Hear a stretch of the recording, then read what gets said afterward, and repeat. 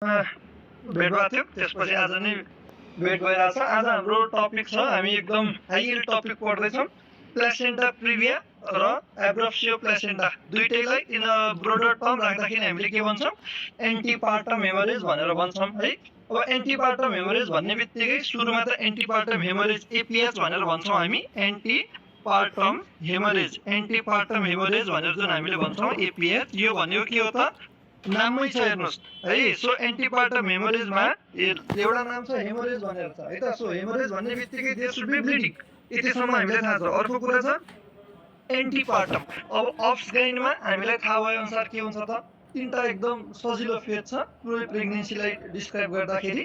एन्टिपार्टम हुन सक्छ, इन्ट्रापार्टम हुन सक्छ। एन्टिपार्टम भनेको before the starting of labour, labour भन्दा अगाडि। इन्ट्रापार्टम ड्युरिङ लेबर, इन्ट्रापार्टम ड्युरिङ लेबर र postpartum after the delivery of baby and the placenta. सबै कुरा त्यो डेलिभरी भइसके पछाडिको पार्ट हाम्रो पोस्टपार्टम भयो। सो यहीँबाट हाम्रो नामबाट नै आउँछ antepartum haemorrhage. So it is the bleeding, so it is the bleeding from genital tract, it is the bleeding from genital tract है त। सो यति त सजिलो छ, it is the bleeding from genital tract है त। सो जेनाइटल ट्र्याक्टबाट अथवा जेनाइटल ट्र्याक्टमा, it is the bleeding from genital tract or in the genital tract है त, from the genital tract or which occurs in the genital tract है। यतिसम्म त हामीलाई थाहा भयो है।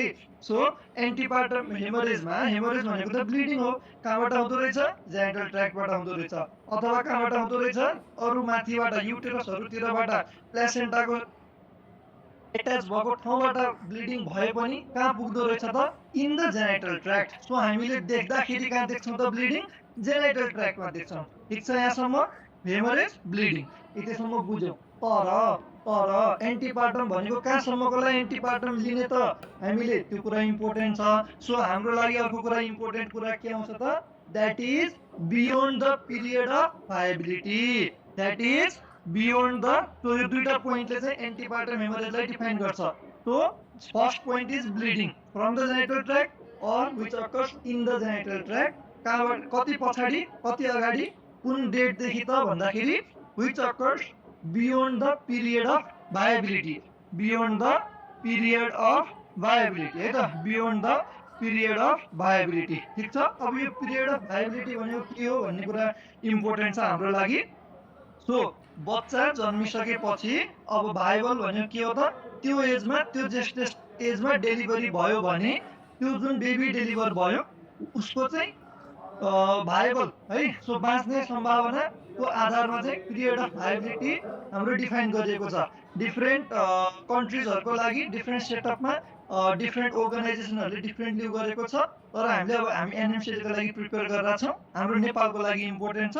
So beyond the period of viability भन्नुको मतलब, पिरियड अफ भायबिलिटी भनेको कति हो हाम्रो लागि, पिरियड अफ भायबिलिटी कति हो, इट इज कति विक्स, इट इज कति विक्स, पिरियड अफ भायबिलिटी भनेको कति हप्ता हो, 28 weeks। भेरी गुड है त। सो 28 weeks, त्यो पिरियड अफ भायबिलिटी भनेको 28 weeks। This is very important है। सो 28 हप्ताभन्दा पछाडि यदि जेनिटल ट्र्याक्टमा कुनै ब्लिडिङ भइरहेछ भने त्यसलाई हामीले एन्टिपार्टम हेमोरेज भनेर भन्छौँ। अब 28 हप्ताभन्दा अगाडि भयो भने, 28 हप्ताभन्दा अगाडि भयो भने most likely it can be, हामीले त्यसलाई अब के भन्छौँ त, भायबिलिटीको एजभन्दा अगाडि छ भने त्यसलाई हामीले, यही टर्मलाई चाहिँ अब हामीले त्यति बेला के भन्छौँ त, एबोर्सन, मिसक्यारिएज भनेर जुन भन्छौँ, सेम त्यही है त। सो अथवा अरू डिफ्रेन्ट कारण हुन्छ, एउटा चाहिँ हाम्रो यो पिरियड अफ भायबिलिटीभन्दा अगाडि छ, एबोर्सन मिसक्यारिएजको टर्महरू युज गर्छौँ भने beyond the period of viability हामीले एन्टिपार्टम हेमोरेज, एन्टिपार्टम हेमोरेज भनेर टर्म युज गर्छौँ। एन्टिपार्टम हेमोरेजको there are different causes, antepartum हेमोरेजको there are different causes. So इपिएस, अब एउटा 28 weeks पार गरेको pregnant female can bleed from the genital tract due to different causes है। जहिले पनि प्लेसेन्टाकै ब्लिड हुन्छ भन्ने छैन, it can be due to different other causes है। एक्स्ट्रा प्लेसेन्टल कजेस हुनसक्छ, कसैको सर्भिक्समा पोलिप छ, पोलिपबाट ब्लिड गर्न सक्छ है, कसैको भ्यारिकोज भेन छ, भ्यारिकोज भेनबाट ब्लिड गर्न सक्छ, लोकल ट्रमाले ब्लिड गर्न सक्छ। तर त्यो हाम्रो आजको टपिक होइन, त्यो हामीले आजको लागि के हो त सबैभन्दा important cause. So most important cause है, so most most important cause, most common cause है। सो मोस्ट कमन कज के हो त? Most common cause of antepartum haemorrhage, most common cause of antepartum haemorrhage के हो? That is placental bleeding, that is placental bleeding है त, that is placental bleeding. हुन त अरू तर्फबाट अरू ठाउँबाट नि हुन सक्यो, एक्स्ट्रा प्लेसेन्टल हुन सक्यो, अथवा कहिलेकाहीँ ब्लिड हुन्छ तर कहाँबाट भयो? प्लेसेन्टाबाट भयो कि अथवा प्लेसेन्टा बाहेक हामीले जुन जेनिटल ट्र्याक्टको अर्गनहरू भन्यौँ, सर्भिक्समा सर्भाइकल पोलिप, सर्भिक्समा कार्सिनोमा हुने, सर्भिक्समा ट्रमा भयो, यो सबै तर्फबाट नभएर कहिलेकाहीँ थाहा हुँदैन है। सो त्यस्तो कुरा त्यति बेला चाहिँ त्यो सबै कारण पनि हुनसक्छ, तर मोस्ट कमन कज अफ एपिएच चाहिँ के हुँदो रहेछ? प्लेसेन्टल ब्लिड। अब यो प्लेसेन्टल ब्लिड हुने कज मध्येको यो कज पनि दुईटा हुन सक्छ। सो प्लेसेन्टाको कारणले गर्दाखेरि हुने, प्लेसेन्टाको कारणले गर्दाखेरि beyond the period of viability, beyond the period of viability जुन ब्लिडिङ हुन्छ त्यो पनि most likely most of the cases दुईटा कारणले गर्दा हुन्छ। के कारण हो? त्यही नै आजको हाम्रो टपिक हो। What are the causes? एउटा हो इट इज प्लेसेन्टा प्रिभिया, एउटा हो प्लेसेन्टा प्रिभिया, अर्को के हो? It is abruptio placenta, it is abruptio placenta है त। सो हामीलाई एपिएच को बेसिक कुरा थाहा पायो, beyond the period of viability. Cause के हुन सक्छ? प्लेसेन्टल, एक्स्ट्रा प्लेसेन्टल अथवा समटाइम्स अनएक्सप्लेन्ड। प्लेसेन्टा इन्भल्भ भएर एपिएच हुने cause most likely most common दुईटा, मोस्ट कमन हामीले छुट्याउनु पर्ने, हामीलाई सिएसक्यूमा सोध्ने कि त प्लेसेन्टा प्रिभिया कि एब्रप्सियो प्लेसेन्टा है त, कि प्लेसेन्टा प्रिभिया कि एब्रप्सियो प्लेसेन्टा। यहाँसम्म ठिक छ? डाक्टरहरु बीच-बीचमा रिप्लाई गर्दै गर्नुहोस् है। यहाँसम्म ठिक छ? ल अब हाम्रो हामीले दुईटा एकदम मोस्ट कमन प्लेसेन्टल कज हामीले थाहा पायौँ है। सो मोस्ट कमन प्लेसेन्टल कज हामीले थाहा पाइसके पछाडि एउटा हाम्रो हुँदो रहेछ प्लेसेन्टा प्रिभिया, एउटा हाम्रो हुँदो रहेछ प्लेसेन्टा प्रिभिया, अर्को हाम्रो हुँदो रहेछ इट इज एब्रप्सियो प्लेसेन्टा, अर्को हाम्रो हुँदो रहेछ एब्रप्सियो प्लेसेन्टा। सो दुईवटा कारण त हामीले थाहा पायौँ है। अब हामी हेर्दै जाउँ है त। सो प्लेसेन्टा प्रिभियामा नाममै छ, हेर्नुहोस् नामले के भन्छ? प्लेसेन्टा प्रिभिया भन्छ है त। सो के हो त यो प्लेसेन्टा प्रिभियाको मिनिङ के हो? नामको त्यसैले नै सबै कुरा दिन्छ। हेर्नुहोस् है, प्लेसेन्टा प्रिभिया, प्लेसेन्टा भनेको हामीलाई थाहा छ, प्रिभिया भनेको के भयो त? प्लेसेन्टा चाहिँ नर्मली तपाईहरुले डेलिभरी देख्नु भएको छ भने, नर्मली तपाईहरुले डेलिभरी देख्नु भएको छ भने सुरुमा के हुन्छ? बच्चा आउँछ कि प्लेसेन्टा आउँछ? बच्चा निस्किन्छ, त्यसपछि बल्ल के आउँछ? प्लेसेन्टा निस्किन्छ हो। यही हो डाक्टरहरु। त्यही भएर सेकेन्ड स्टेज र थर्ड स्टेज अफ लेबर पनि हामीलाई थाहा छ। बच्चा निस्किने स्टेज सेकेन्ड स्टेज, प्लेसेन्टाहरु र मेम्ब्रेन निस्किने स्टेज थर्ड स्टेज हैन। सो अब प्लेसेन्टा प्रिभिया भनेको के हो त? प्रिभिया भनेको के हो त? यदि फिटस भन्दा अगाडि नर्मली के हुन्छ? फिटस अगाडि जन्मिन्छ, फिटस देखिन्छ अनि बल्ल प्लेसेन्टा देखिन्छ। प्लेसेन्टा प्रिभियामा के हुन्छ? सुरुमा प्लेसेन्टा देखिन्छ अनि बल्ल फिटस देखिन्छ। सो प्रिभियस भने सुरुमा प्लेसेन्टा देखियो, त्यही भएर यसलाई हामीले के नाम दियौ? प्लेसेन्टा प्रिभिया है। सो है ठीक छ। सो नाम अनुसार। सो अब किन प्लेसेन्टा छिटो अगाडि देखिन्छ त भन्दाखेरि, सो प्लेसेन्टा प्रिभिया भन्यो के हो त भन्दाखेरि प्लेसेन्टा अगाडि देखियो। किन अगाडि देखियो? फिटस भन्दा तलतिर लोकेटेड हुन्छ। That is placenta is located in lower uterine segment. Placenta कहाँ लोकेटेड हुन्छ त? सो प्लेसेन्टा यसमा कहाँ हुन्छ त?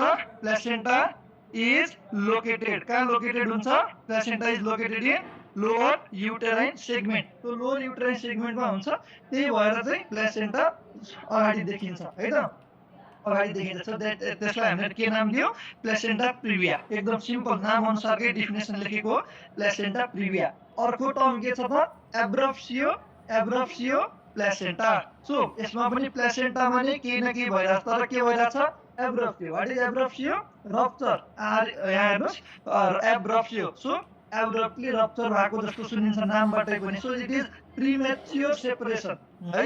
सो यसमा चाहिँ के हुन्छ त? There will be premature separation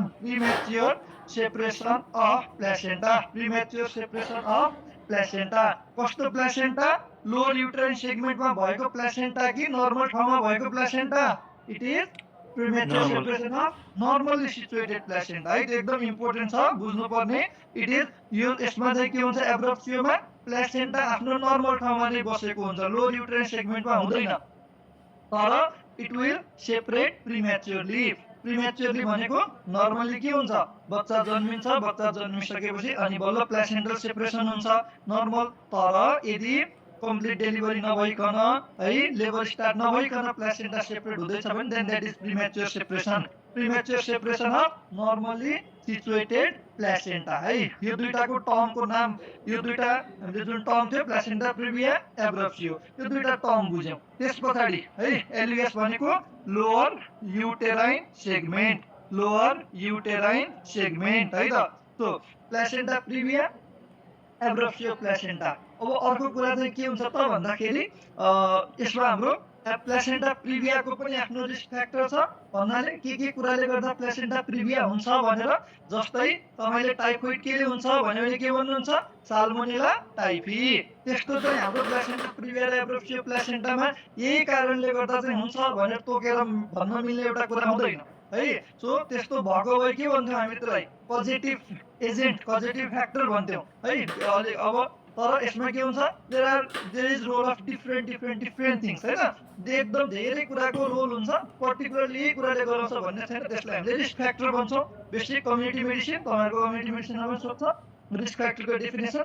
so there are risk factor associated with placenta praevia, there are risk factor associated with abruptio placenta. ठिक छ यहाँसम्म। So what are the risk factor associated with placenta प्रिभिया है त। So risk फ्याक्टर्सहरू के छ हेरौँ है। सो रिस्क फ्याक्टर्स, प्लेसेन्टा प्रिभियाको रिस्क फ्याक्टर्स के छ, एब्रप्सियो प्लेसेन्टाको रिस्क फ्याक्टर्स के छ है। सो रिस्क फ्याक्टर्समा चाहिँ हाम्रो के छ त भन्दाखेरि प्लेसेन्टा प्रिभियाको पनि रिस्क फ्याक्टरमा most common previous history of placenta praevia भन्नाले योभन्दा अगाडिको प्रेग्नेन्सीमा यो प्लेसेन्टा प्रिभिया भएको छ भने यो प्रेग्नेन्सीमा पनि प्लेसेन्टा प्रिभिया हुने रिस्क चाहिँ बढ्छ, चान्स चाहिँ बढ्छ, सियोरै हुन्छ भन्ने चाहिँ हुँदैन है, रिस्क बढ्छ। सो रिस्क फ्याक्टर्समा प्लेसेन्टा प्रिभियाको लागि एकदम इम्पोर्टेन्ट रिस्क फ्याक्टर्समा दुईटा छ। एउटा छ प्रिभियस प्रेग्नेन्सीमा प्लेसेन्टा प्रिभिया नै भएको history. So previous history of placenta प्रिभिया, previous history of placenta प्रिभिया एउटा। अर्को एकदम इम्पोर्टेन्ट छ, अब प्लेसेन्टा हाम्रो के हुन्छ, युटेरसमा अट्याच हुन्छ। मानौ युटेरसमा योभन्दा अगाडि सिएस भयो, सिजेरियन सेक्सन भयो। सिजेरियन सेक्सन हुने बित्तिकै नर्मल कुनै पनि अपरेसन नभएको युटेरसको तपाईँहरूको भित्रतिरको जस्तो कन्सिस्टेन्सी हुन्छ, अभियसली एकचोटि ओटी भएको त्यो त हिल भएको हो नि त। सो त्यसमा सेम कन्सिस्टेन्सी त हुँदैन। सो त्यसमा चाहिँ प्लेसेन्टा त्यस्तो स्कारमा गएर इम्प्लान्ट हुने चान्स बढ्छ। प्रिभियस सिएसको स्कारमा गएर टाँसिने चान्स के हुन्छ, हाई हुन्छ। सो अर्को रिस्क फ्याक्टर प्लेसेन्टा प्रिभिया के हो त, if there is history of caesarean section, if there is history of caesarean section, if there is history of caesarean section, caesarean सेक्सनको हिस्ट्री छ भने, सिजेरियन सेक्सनको हिस्ट्री छ भने that is also a risk factor. Caesarean सेक्सनको history छ भने that is also a risk factor for placenta praevia. एकदम इम्पोर्टेन्ट मध्ये यो बाहेक अरूहरू पनि आउँछ है। सो यो बाहेक अरू के आउँछ, यो बाहेक अरू के आउँछ, increase maternal age, less important है त। इन्क्रिज म्याटर्नल एज बढ्दै जाँदाखेरि हुने हैन। अनि त्यसपछि त्यस्तै स्मोकिङ छ अर्को एकदम इम्पोर्टेन्ट कुरा है। स्मोकिङहरूले पनि तपाईँको प्लेसेन्टा प्रिभियाको रिस्क पनि बढाउँछ, स्मोकिङले एब्रप्सियोको रिस्क पनि बढाउँछ हैन। त्यस्तै तपाईँहरूको मल्टिप्यारस फिमेलमा पनि तपाईँहरूको risk factor for placenta previa के हुन्छ, इन्क्रिज हुन्छ। तर यो मध्येको तपाईँहरूको इम्पोर्टेन्ट बिर्सिनै नहुने भनेको चाहिँ प्रिभियस हिस्ट्री अफ प्लेसेन्टा प्रिभिया र हिस्ट्री अफ सिजेरियन सेक्सन चाहिँ मोस्ट इम्पोर्टेन्ट। त्यस्तै एब्रप्सियो प्लेसेन्टाको रिस्क फ्याक्टर, एब्रप्सियो आईयुसीडी हुन्छ कि नै, आईयुसीडी इन्ट्रायुट्राइन तपाईँहरूको जुन छ, अब हेर्नुहोस् आईयुसीडी तपाईँहरूको इम्प्लान्ट राखेको बिरामीमा अभियसली तपाईँहरूको सुरुमा चाहिँ के हुन्छ, most likely there is less chance of conception है। तर कहिलेकाहीँ there is always failure rate in case of contraceptive डिभाइसेसमा फेलियर रेट हुन्छ है, कन्ट्रासेप्टिभ डिभाइसेसमा। सो आईयुसीडीले चाहिँ मोस्टली के हुन्छ त, हेर्नुहोस् प्लेसेन्टा प्रिभिया एकदम सिम्पल छ कि प्लेसेन्टामा केही समस्या हुनु पर्यो कि एन्डोमेट्रियममा केही समस्या हुनु पर्यो। आईयुसीडी राख्दाखेरि तपाईँहरूको युटेराइन क्याभिटीमा राखिएको हुन्छ, त्यसले गर्दाखेरि देयर इज के हुन्छ त, तपाईँहरूको युटेराइन क्याभिटीमा राख्दाखेरि यदि एन्डोमेट्रियम नर्मल छ, एन्डोमेट्रियम नर्मल हुन्छ भने प्लेसेन्टा प्रिभियाको चान्स हुँदैन है, प्लेसेन्टा प्रिभियाको चान्स हुँदैन, एन्डोमेट्रियमलाई खासै फरक पार्दैन। सो एकदम भेरी लेस लाइकली आइयुसिडी है त। त्योभन्दा मोर लाइकली ट्विन प्रेग्नेन्सी, त्योभन्दा मोर लाइकली डायबिटिज होला है, त्योभन्दा मोर लाइकली एन्डोमेट्रियोसिस होला, अथवा पास्ट हिस्ट्री अफ क्युरेटाज है, past history of curettage, uterine curettage गरेको छ भने that is more significant history than IUCD, है त।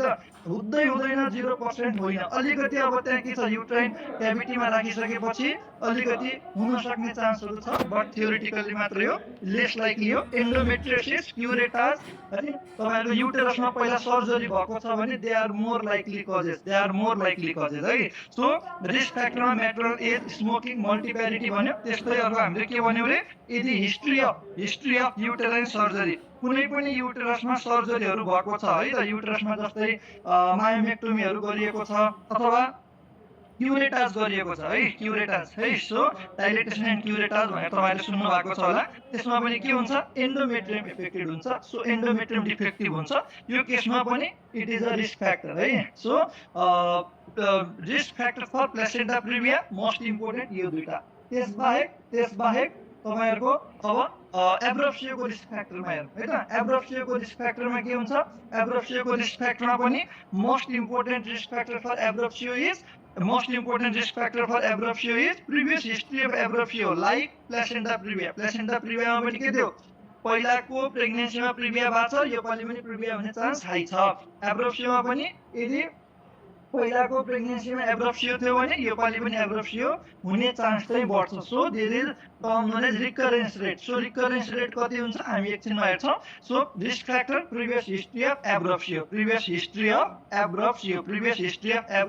That is the risk factor है त।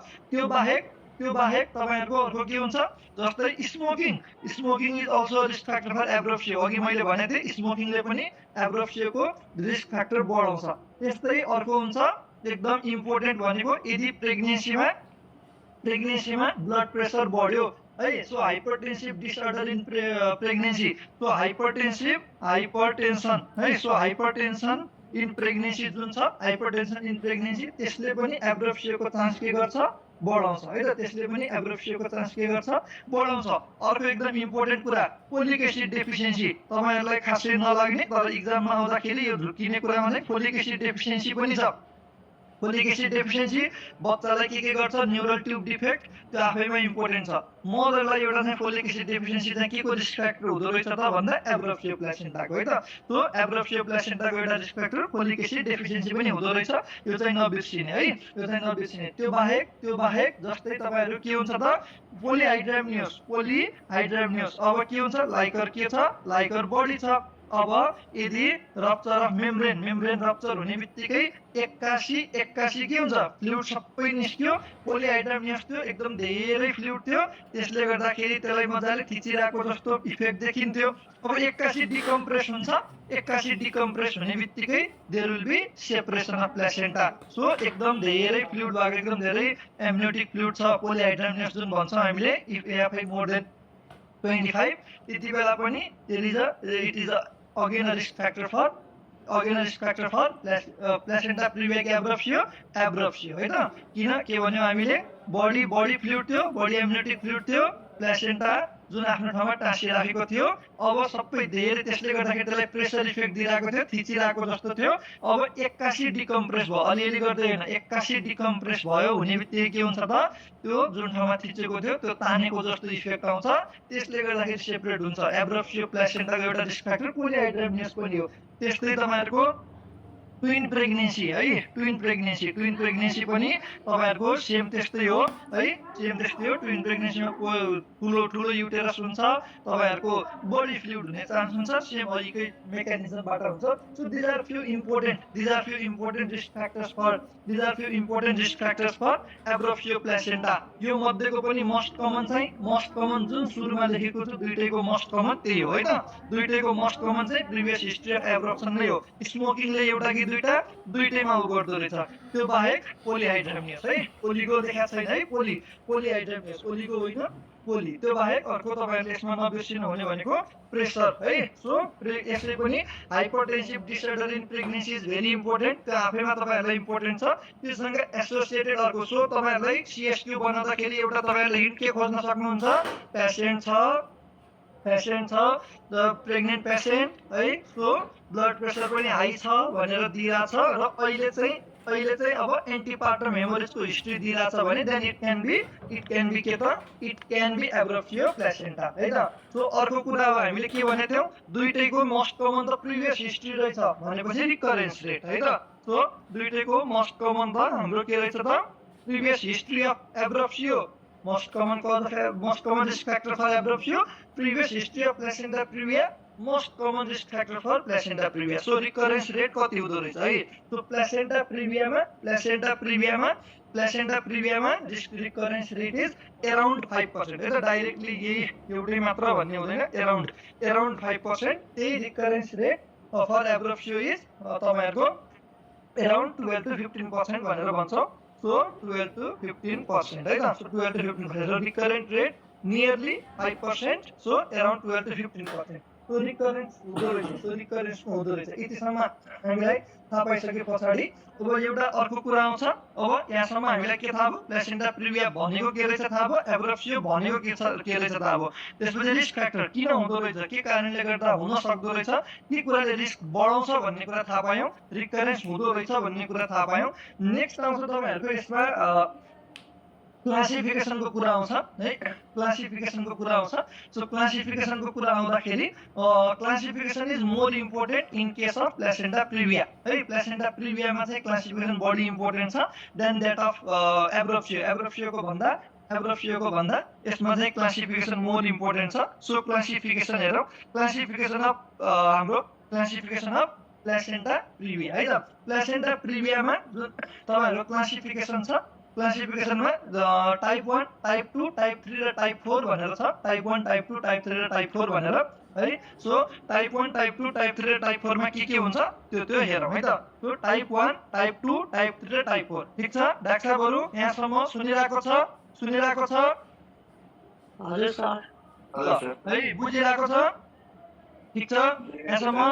ल अब क्लासिफिकेसनमा टाइप 1 हेरौँ। टाइप 1 भनेको के त, हामीलाई यति चाहिँ थाहा छ के हुन्छ, प्लेसेन्टा प्रिभिया भन्ने बित्तिकै प्लेसेन्टा चाहिँ तलतिर अट्याच भएको छ युटेरसको। सो प्रिभिया भनेर भन्यौ, त्यो भनेको तलतिर हुने सेगमेन्ट भनेको लोअर युटेराइन सेगमेन्ट। कति सजिलो हैन, तल भनेको लो, सो युटेरसको तल लोअर युटेराइन सेगमेन्ट। यसरी बुझ्दा पनि भयो है। What is lower uterine segment के हो त्यो हामीले पढि नै हाल्छौँ है। सो टाइप 1 मा के हुन्छ त भन्दाखेरि प्लेसेन्टा चाहिँ लोअर युटेराइन सेगमेन्टमा नै हुन्छ है। सो यसमा चाहिँ तपाईहरुको लोअर युटेराइन सेगमेन्टमा नै हुन्छ, तर है लोअर युटेराइन सेगमेन्टमा हुन्छ। जस्तै अब यो हाम्रो यो युटेरस हो भने अब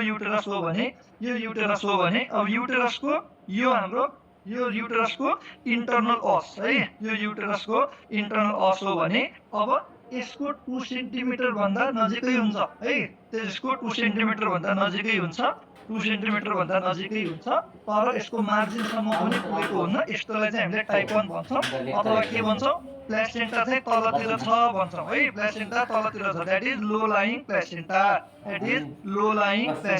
टाइप 1 मा के भयो त, प्लेसेन्टा इन्टर्नल अससम्म पुगेको छ, इन्टर्नल असलाई छोएको छ छैन।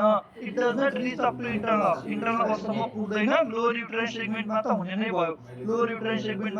भयो, तर इन्टर्नल ओसमा चाहिँ पुगेको हुँदैन, के हुन्छ त, पुगेको हुँदैन है। So in the lower uterine segment but not reaching the os है। सो टाइप 1 मा के हुँदो रहेछ, टाइप 1 मा in lower uterine segment not reaching के त, इन्टर्नल अस, इन्टर्नल अस ठीक छ।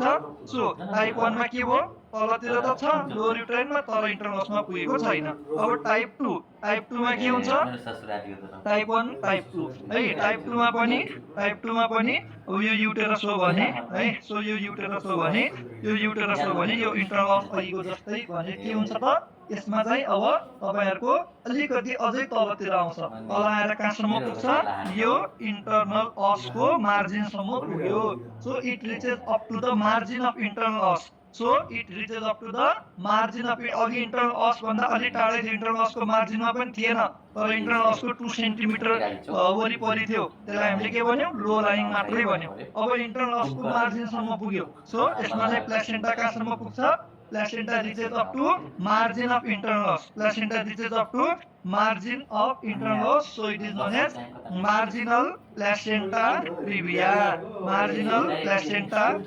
भनेर भन्छ किन marginal placenta previa भन्यौ किनकि placenta कहाँ हुन्छ त placenta reaches up to margin of internal os placenta reaches up to margin of internal os त्यही भएर हामीले के भन्यौ marginal placenta previa भन्यौ टाइप 2 अब यो मार्जिन यो जुन मार्जिनल भन्यौ त्यो मार्जिनल यदि एन्टेरियरली छ भने त्यसलाई हामीले एन्टेरियर मार्जिनल प्लेसेन्टा प्रिभिया भन्छौं अब त्यो मार्जिनल चाहिँ अब पोस्टेरियर तिर टाँसिएर पोस्टेरियरबाट मार्जिन अफ इन्टरनल असमा पुगिराछ भने त्यसलाई हामीले के भन्छौं पोस्टेरियर मार्जिनल प्लेसेन्टा प्रिभिया जस्तै यो त हामीले अगाडिबाट हेरेको फिगर भयो अब यही फिगरलाई मानौ हामीले साइड भ्यूबाट यसरी हेर्यौं भने है अब यो यदि युटेरस हामीले साइड भ्यूबाट हेरिराछौं भने अब यो त मार्जिनल यहाँ टाँसिए पनि मार्जिनल हो यहाँ टाँसिए पनि मार्जिनल हो सो एन्टेरियरली टाँसिएको छ भने it is anterior marginal placenta praevia पोस्टेरियरको मार्जिनतिर पोस्टेरियर पार्ट अफ युटेरसमा posterior part of lower uterus सेगमेन्टमा टाँसिएको छ भने then that is posterior marginal placenta प्रिभिया है त अब यो टाइप 2 हाम्रो दुईटा पार्टमा डिवाइड गर्न सकिने भयो टाइप 2 के भागमा डिवाइड गर्न सकिने भयो एउटा एन्टेरियर मार्जिनल प्लेसेन्टा प्रिभिया अथवा एन्टेरियर टाइप 2 प्लेसेन्टा प्रिभिया अर्को हुन्छ पोस्टेरियर टाइप 2 प्लेसेन्टा प्रिभिया है त ठीक छ एन्टेरियर पोस्टेरियर बुझियो डाक्टरहरु एन्टेरियर पोस्टेरियर युटेरसको एन्टेरियर पार्टमा टाँसियो यतातिर एन्टेरियर पोस्टेरियर पार्टमा टाँसियो पोस्टेरियर है त सो एन्टेरियर र पोस्टेरियर भनेर भन्छ किन मैले यसमा एन्टेरियर र पोस्टेरियर लेखाए त भन्दाखेरि यो जुन हाम्रो टाइप 2 पोस्टेरियर भनेर छ टाइप 2 पोस्टेरियर जुन छ यो जुन हाम्रो टाइप 2 पोस्टेरियर छ type 2 posterior is called as dangerous placenta previa it is known as dangerous placenta प्रिभिया है त दुई तीनवटा कारण छ यहाँनिर प्लेसेन्टा एट्याच भयो भने तपाईहरुको कट प्रोल्याप्सको चान्सहरु बढ्छ है कट प्रोल्याप्सको चान्सहरु बढ्छ बडी ब्लिडिङको चान्सहरु पनि झन बढी हुन्छ है फिटल डेथको चान्सहरु बढ्ने भयो so it is known as dangerous placenta प्रिभिया है त type 2 posterior is also known as the dangerous placenta प्रिभिया है सो टाइप 2 को हामीले हेर्यौं अर्को आउँछ अब हाम्रो टाइप 3 प्लेसेन्टा प्रिभिया टाइप 2 टाइप 3 मा के हुन्छ त भन्दाखेरि टाइप 3 मा हजुर अहिले आउँछ एकैछिन है so type 1 type 2 type 3 type 4 हामीले हेरौं मोस्ट कमन चाहिँ डेन्जरस वाला मोस्ट कमन होइन है है सो हाम्रो टाइप 1 टाइप 2 टाइप 3 टाइप 4 हरु जुन छ टाइप 2 मा चाहिँ प्लेसेन्टा मार्जिनसम्म पुग्यो अब टाइप 3 मा त्यो भन्दा अझै अलिकति नजिक आउने भयो है त्यो भन्दा अझै अलिकति नजिक आउने सो टाइप 3 मा के हुन्छ त अब टाइप 3 मा तपाईहरुको प्लेसेन्टाले चाहिँ इन्टरनल ओस जुन छ यसलाई पार्शियली कभर गर्छ सो यहाँ जुन तपाईहरुको अघिसम्म इन्टरनल ओसलाई कभर गरिरहेको थिएन अब यसमा चाहिँ के हुन्छ पार्शियली कभर गर्छ so that is type 3 it is known as so completely cover गरेको छैन सो यसको नाम के छ त इन्कम्प्लिट प्लेसेन्टा प्रिभिया सो टाइप 3 लाई हामीले के पनि भन्दो रहेछौं incomplete placenta प्रिभिया so type 1 type 2 type 3 है त सो यसमा के हुन्छ त भन्दाखेरि टाइप 3 मा कम्प्लिटली कभर गरेको छैन पार्शियली कभर गरेको छ सो यसको नाम इन्कम्प्लिट प्लेसेन्टा प्रिभिया है इन्कम्प्लिट प्लेसेन्टा प्रिभिया प्लेसेन्टाले के कभर गरेको छ placenta will partially cover the internal os. Placenta will partially cover the internal os. That is type 3. अब obviously type 4 तपाईहरुलाई थाहा भइसक्यो होला. Type 4 मा के हुन्छ होला त? अब यदि internal os लाई पुरै नै कभर गरिरहेको छ भने, यदि internal os लाई पुरै नै कभर गरिरहेको छ भने, then that is known as complete placenta previa or also known as central placenta previa. Complete or central placenta previa. Central placenta previa है त. सो यसलाई हामीले भन्छौं complete placenta previa or central placenta previa है त. यसलाई हामीले भन्छौं complete placenta previa or central placenta previa. यसमा चाहिँ placenta will completely cover the internal os. Placenta will completely cover the internal os. So यसमा के हुन्छ त? Placenta completely covers internal os. Completely covers internal os है. So यहाँसम्म ठीक छ. सो के हुँदो रहेछ? चारवटा टाइप हामीले पढ्यौं. एउटा नजिक मात्रै छ, कभर मार्जिनमा पनि पुगेको छैन है. अर्को आउँछ मार्जिनसम्म पुग्यो, अर्को आउँछ अलिअलि पार्शियली कभर गर्यो र त्यसपछि आउँछ के त? त्यसपछि के आउँछ? लास्टमा कम्प्लिटली कभर गर्यो. अब तपाईहरुलाई सोध्यो है, कर्ड कम्प्रेसन गराउने most common placenta previa, cord compression गराउन सक्ने मोस्ट कमन प्लेसेन्टा प्रिभिया कुन हो भन्यो भने के भन्ने? इट इज कर्ड कम्प्रेस गराउन सक्ने, कर्ड प्रोल्याप्स गराउन सक्ने, that is type 2B, type 2 posterior, type 2 posterior. त्यही भएर टाइप 2 पोस्टेरियर हामीले के भन्यौ? डेन्जरस. त्यही भएर हामीले के भन्यौ? डेन्जरस भनेर भन्यौ है त. ठीक छ? टाइप 2 एकचोटी फेरि भन्दिन है. सो टाइप 2 मा के हुन्छ त? यहाँ हेर्नुस्, टाइप 2 मा यदि यो इन्टर्नल अस जुन छ, युटेरसको हाम्रो इन्टर्नल अस हुन्छ, एक्सटर्नल अस हुन्छ, हामीलाई त थाहा छ. इन्टर्नल असको मार्जिनसम्म मात्रै पुग्यो, तर इन्टर्नल असलाई कभर गरेको छैन. जस्ट मार्जिनसम्म मात्रै पुगेको छ. दैट इज के त? That is type 2 marginal placenta प्रिभिया. अब यो इन्टर्नल असको मार्जिनमा पुग्ने दुईटा ठाउँ छ.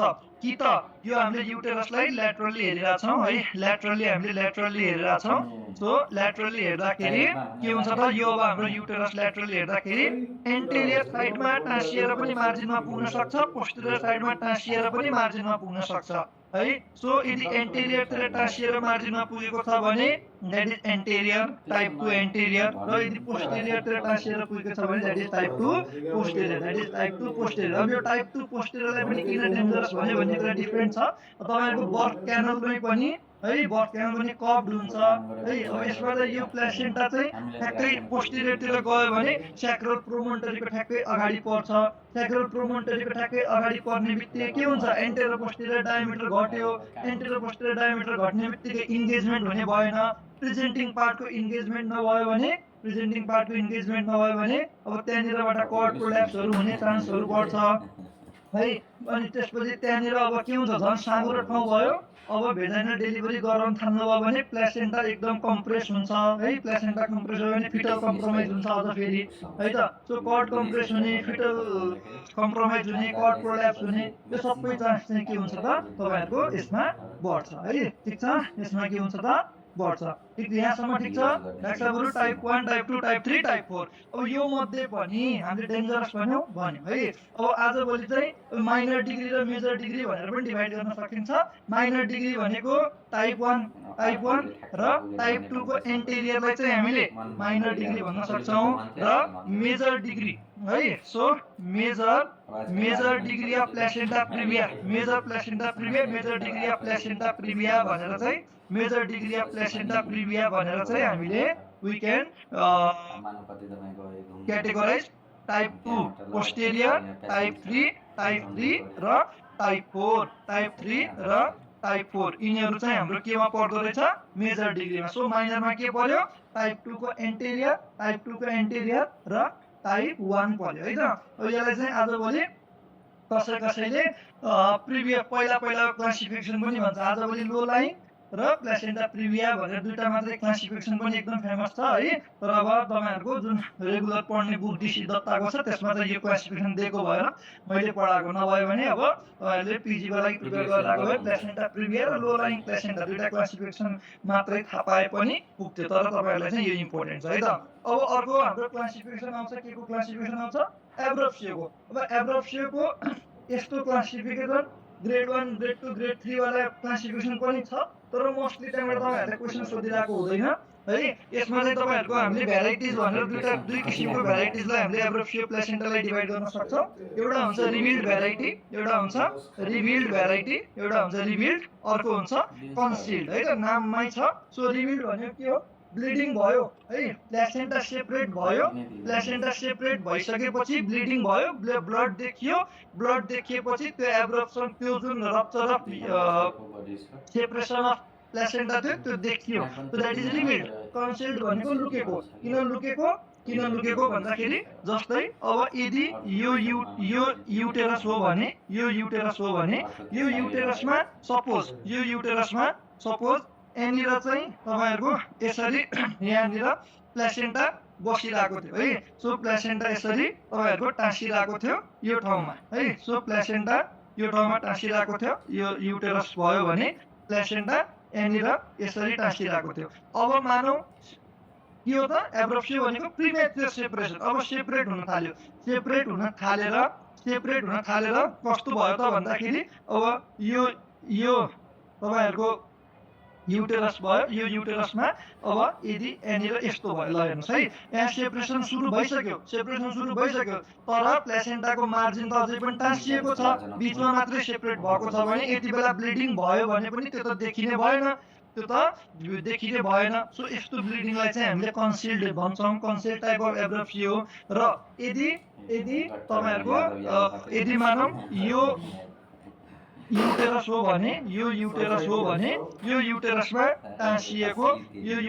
टाँसिएको प्लेसेन्टा सेपरेट हुने बित्तिकै अब यहाँबाट यदि ब्लड देखिन थाल्यो भने यो चाहिँ हाम्रो रिभिल्ड हुने भयो। यो दोस्रो टाइपको चाहिँ हाम्रो कन्सिल्ड हुने भयो। यसरी पनि हामीले यसलाई के गर्न सक्छौँ डिभाइड गर्न सक्छौँ।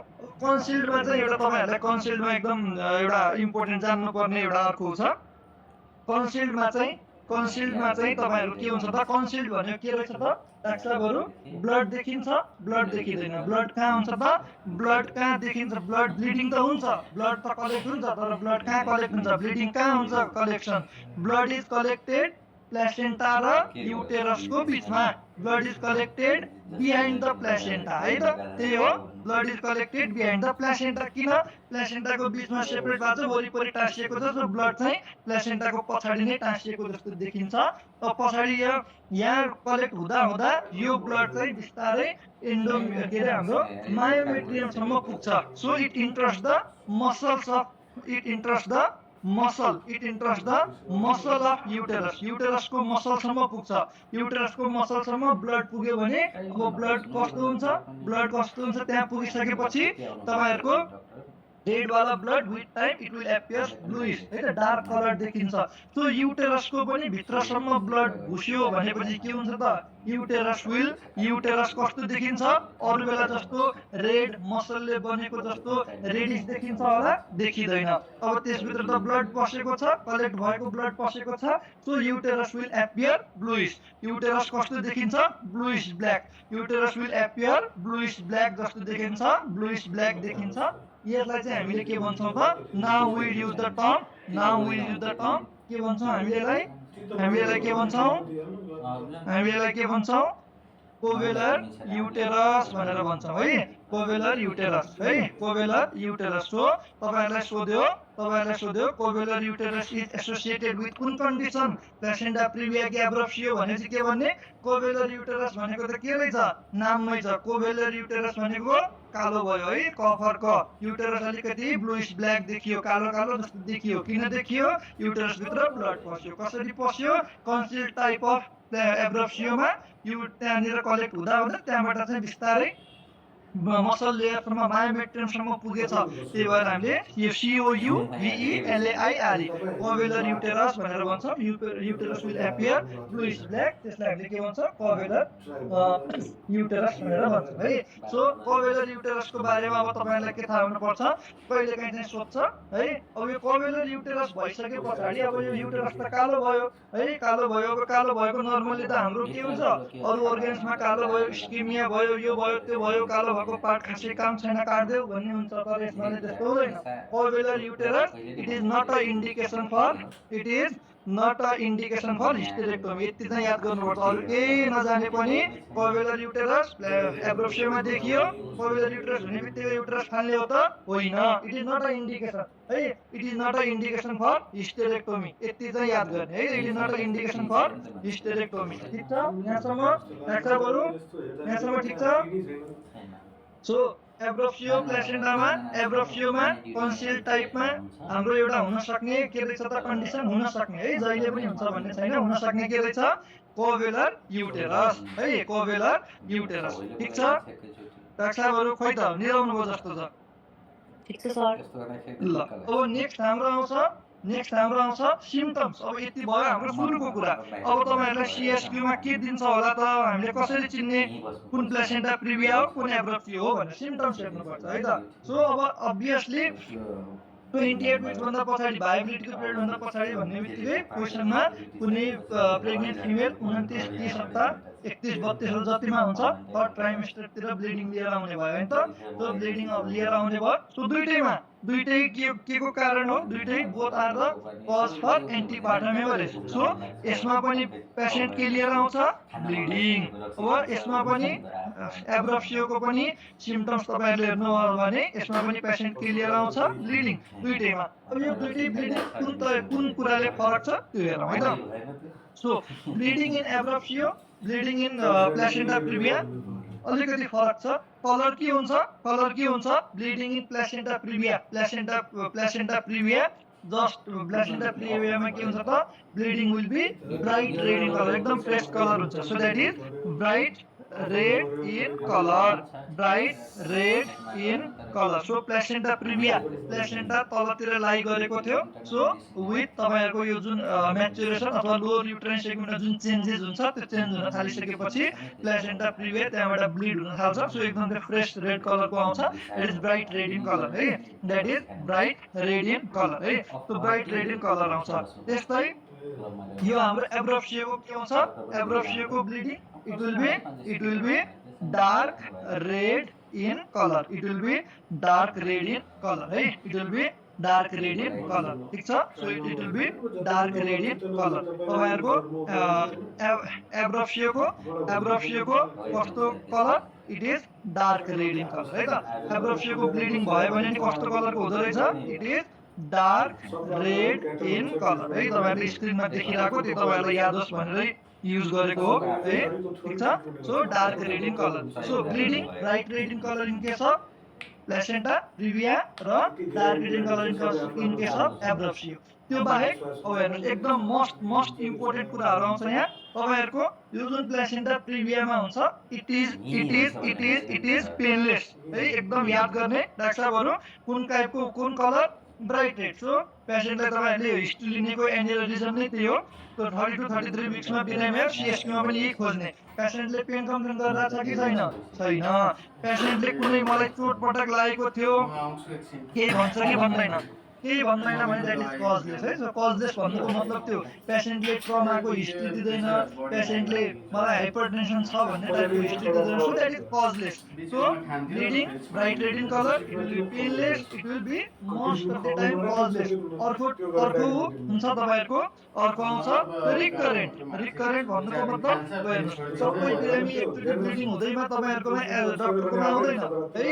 कोही के भन्छ, यस्तो त मलाई अस्ति 32 हप्तामा कोही बिरामी आयो, मलाई 1 हप्ता अगाडि पनि यस्तै भएको थियो है, दुखा पनि थिएन, त्यति बेला पनि केही भएको थिएन, आफै भएको थियो, राति फेरि डेट आउनु भएको पछि बिस्तारै कम भयो भन्छ that is recurrent in same pregnancy भनेर भन्छौँ है सो रिकरेन्स एउटा प्रेग्नेन्सीपछि अर्को प्रेग्नेन्सीमा हुने त भइ नै हाल्यो हामीले अघि लेखिसक्यौँ सो सेम प्रेग्नेन्सी पनि लेख्नु फेरि झुक्किनु होला अघि रिकरेन्ट रेटै लेखाइसकेपछि सो रिकरेन्स इन सेम प्रेग्नेन्सी है सेम प्रेग्नेन्सी अर्को ब्लिडिङ अब के हुन्छ त अर्को भन्दाखेरि कहिलेकाहीँ चाहिँ वार्निङ हेमरेज भनेको अलिअलि ब्लिड भएको जस्तो हुने अनि बढी हुने टाइपको जुन देखिन्छ वार्निङ हेमरेज चाहिँ तपाईँहरूको प्लेसेन्टा प्रिभियामा देखिन्छ है वार्निङ हेमरेज हुन्छ वार्निङ हेमरेज भन्नु रिकरेन्स हुनु भन्नु है यो सबै कुराहरू एउटै तरिकाले दिन्छ so bright red in colour हुन्छ पेनलेस हुन्छ मोस्ट इम्पोर्टेन्ट दिज आर है दिज आर एकदम मोस्ट इम्पोर्टेन्ट यो चाहिँ तपाईँहरूले बिर्सिन पाइँदैन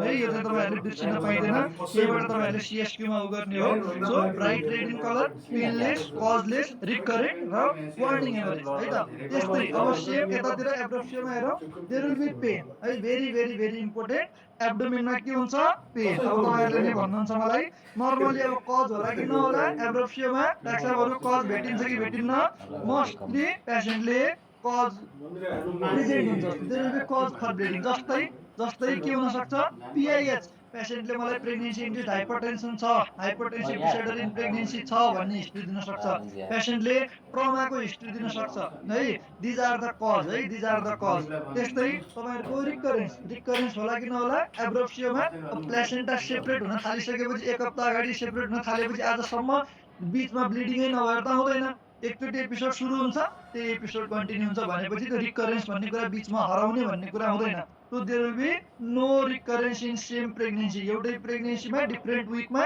एब्रोप्सियोले गर्दा दुईचोटि प्रेजेन्ट हुने भन्ने हुँदैन है नट रिकरेन्ट अर्को कुरा वार्निङ हेमरेज हुँदैन वार्निङ हेमरेज सुरुमा अलिअलि गर्दै भयो पेट दुख्या थिएन एक्कासी दुख्यो यस्तो केही पनि गर्दैन जे हुन्छ सुरुमै हुन्छ तपाईँको त्यही लिएर प्रेजेन्ट गर्छ so there will be no warning haemorrhage तपाईँलाई यो मध्ये इम्पोर्टेन्ट सुरुको तीनटा point pain cause recurrence so पेसेन्टलाई हिस्ट्रीमा पिआइएच प्रेग्नेन्सी इन्ड्युस्ड हाइपरटेन्सनको हिस्ट्री एकदम तपाईँहरूले याद गर्ने है सो एकदम तपाईँहरूले याद गर्नुपर्ने हिस्ट्रीमा पिआइएचको हिस्ट्री है पिआइएचको हिस्ट्री तपाईँहरूले एकदम याद गर्नुपर्नेमा पिआइएचको हिस्ट्री पनि एकदम इम्पोर्टेन्ट छ यहाँसम्म ठिक छ सो ब्लिडिङ पनि फरक हुँदो रहेछ दुइटै एपिएच भए पनि दुइटैको ब्लडको कलरदेखि लिएर सबै कुरा फरक हुँदो रहेछ ठिक छ यहाँसम्म नेक्स्टहरू गुड यहाँसम्म ठिक छ ल अब यो त भयो बिरामीले सिम्टम लिएर आउने कुरा है अब तपाईँहरूले बिरामी आइसकेपछि यो हिस्ट्रीमा सोध्ने कुराहरू भयो त्यसबाहेक त्यसपछि तपाईँहरूले के गर्नुहुन्छ इक्जामिनेसन होइन त्यही होइन सो हिस्ट्री लियो हिस्ट्रीमा ब्लिडिङ भन्यो ब्लिडिङ भनिसकेपछि कुन टाइप अफ ब्लिडिङ कस्तो के सोध्नु भयो है त्यो बाहेक अब अर्को आउँछ के त इक्जामिनेसनमा के हुन्छ त हेर्नुहोस् हामीले प्लेसेन्टा प्रिभियामा कन्सिल टाइप भनेर पढेका छौँ प्लेसेन्टा प्रिभियामा कन्सिल टाइप भनेर पढ्यौँ खै त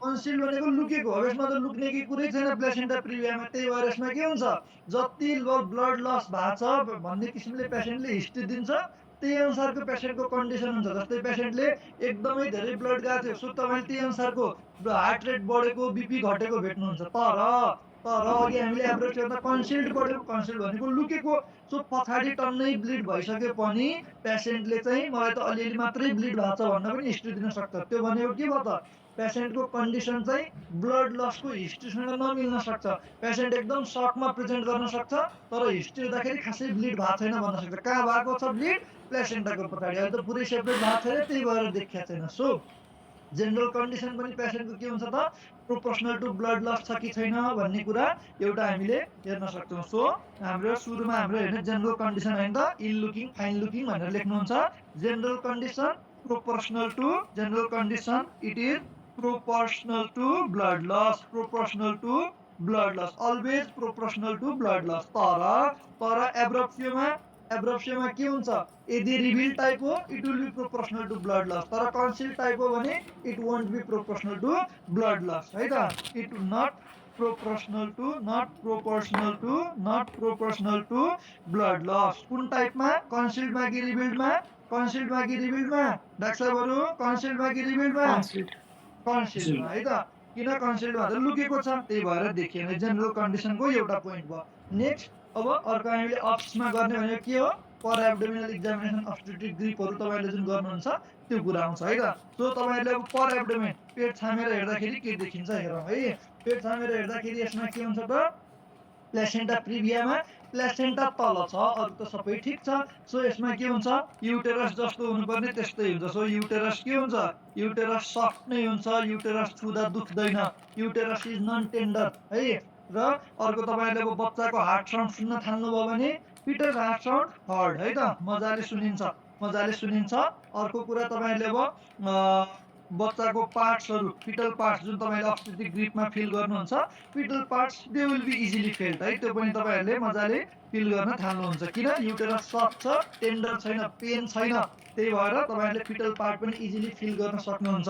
अर्को कुरा तपाईँहरूले अब युटेरसको हाइट है, युटेरसको हाइट हेर्नुभयो भने जेस्टेसनल एजसँग तपाईँहरूले नाप्नु पनि भएको थियो होला पहिला टेपले। युटेरसको हाइट पिरियड अफ जेस्टेसनसँग के गर्छ त त्योसँग त्यसले करेस्पोन्ड गर्छ। So it will be corresponding to period of gestation, it will be corresponding to period of gestation. त्यस्तै एफएचएस हर्ट अथवा एफएचएस विल बी प्रेजेन्ट भन्ने कुरा भयो। त्यस्तै अब तपाईँहरूको पर एब्डोमेनमा अब रिभिल टाइप छ भने तपाईँहरूको रिभिल टाइपमा फिट युटेरसको हाइट सेम पिरियड अफ जेस्टेसनसँग उ गर्न सक्छ, त्यो त भइ नै हाल्यो। तर हामीले अब यहाँ कन्सिल टाइपमा के हुन्छ त्यो हेरौँ है त। कन्सिल टाइपमा अथवा एभ्री सबै टाइप अफ एब्रोप्सियोमा चाहिँ हुने भनेको युटेरस कस्तो हुन्छ युटेरस विल बी अब यसमा सफ्ट थियो भने यसमा हार्ड र टेन्डर हुन्छ। Very very very important, uterus will be hard, uterus will be tender है। पेनफुल हुन्छ पेसेन्टलाई तपाईँहरूले अब्स्टेट्रिक ग्रिप गर्दाखेरि युटेरस छुँदाखेरि दुख्छ। So uterus will be hard, uterus will be tender है, र युटेरस विल बी टेन्डर, ठिक छ। Uterus will be hard, uterus will be tender. अब युटेरस एकदम हार्ड भएर बसेको छ भने fetal heart sound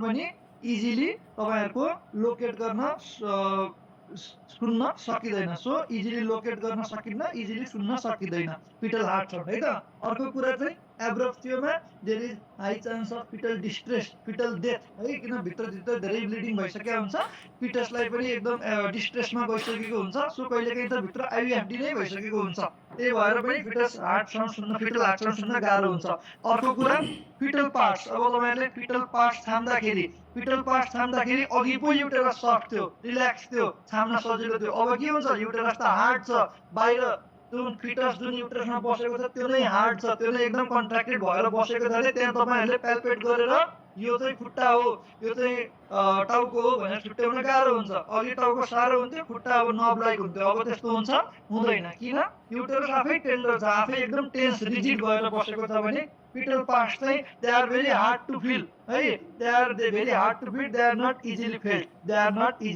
failed, per एब्डोमिनमा तपाईँले यस्तो देख्नुहुन्छ। अर्को कुरा हामीले के भन्यो कन्सिल्डमा प्लेसेन्टाको पछाडि ब्लिडिङ भएर लुकेको छ। सो अब प्लेसेन्टाको पछाडि लुकेको छ भने चाहिँ अब फिटल हाइट जहाँसम्म तपाईँहरूले फन्डस एक्जामिन गर्नुहुन्थ्यो हाइट अफ युटेरस पनि अब त्यहाँभित्र त ब्लड पनि कलेक्ट भएको छ भनेपछि युटेरस पनि ठुलो देखिन्छ। So height of uterus will be more than period of gestation, it will be more than period of gestation. So यसरी चाहिँ तपाईँहरूले डिफ्रेन्स भेट्न सक्नुहुन्छ पर एब्डोमिनल एक्जामिनेसनमा है त। सो पर एब्डोमिनल एक्जामिनेसनमा के हुँदो रहेछ, पर एब्डोमिनल एक्जामिनेसनमा तपाईँहरूको एब्रोप्सियो र प्लेसेन्टा प्रिभियाको पर एब्डोमिनल एक्जामिनेसनमा तपाईँहरूले के डिफरेन्स पाउनु हुँदो रहेछ डाक्टर साहबहरू। युटेरस कुनमा टेन्डर भन्नुहोस्, रिप्लाई गर्नुहोस्। युटेरस कुनमा टेन्डर एब्रोप्सियोमा है। सो फिटस पार्ट फिल गर्न कुनमा डिफिकल्ट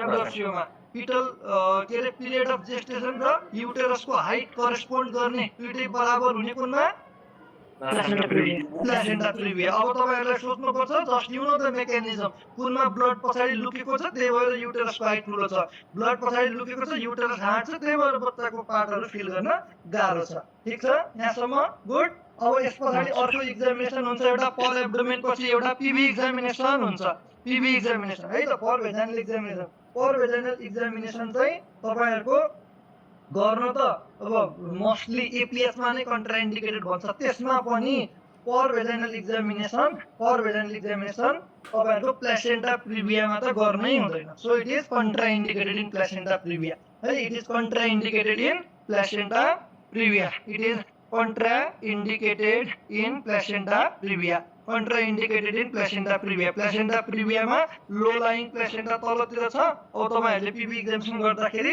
एकदम ब्लिडिङ स्टार्ट हुन सक्ने ब्लिडिङ झन् बढ्न सक्ने ब्लिड नभइरहेको ठाउँबाट पनि लो लाइङ मात्र थियो ब्लिड हुन सक्ने र ब्लिड भएर तपाईहरुको फिटल आउटकम पनि नराम्रो मेटल आउटकम पनि नराम्रो हुन सक्छ सो कन्ट्राइन्डिकेटेड इन प्लेसेन्टा प्रिभिया है त it is contraindicated in placenta previa अथवा पिबी नै तपाईको नर्मल्ली एमसीक्यूमा सोध्ने भनेको चाहिँ प्लेसेन्टा प्रिभियामा गरिदैन भनेर सोध्छ सो पिबी एक्जामिनेसन इज कन्ट्राइन्डिकेटेड गरेर एपीएस मै पनि खासै गरिदैन है एपीएस मै पनि खासै गरिदैन अब अर्को आउँछ हाम्रो इन्भेस्टिगेसन अफ चोइस इन्भेस्टिगेसन अब यो त अब तपाईको हिस्ट्री भयो क्लिनिकली एक्जामिन गर्नुभयो अब इन्भेस्टिगेसन पठाउनु पर्यो रे प्लेसेन्टा प्रिभियाको लागि के इन्भेस्टिगेसन पठाउनुहुन्छ केले थाहा पाउँछ सबैभन्दा राम्रो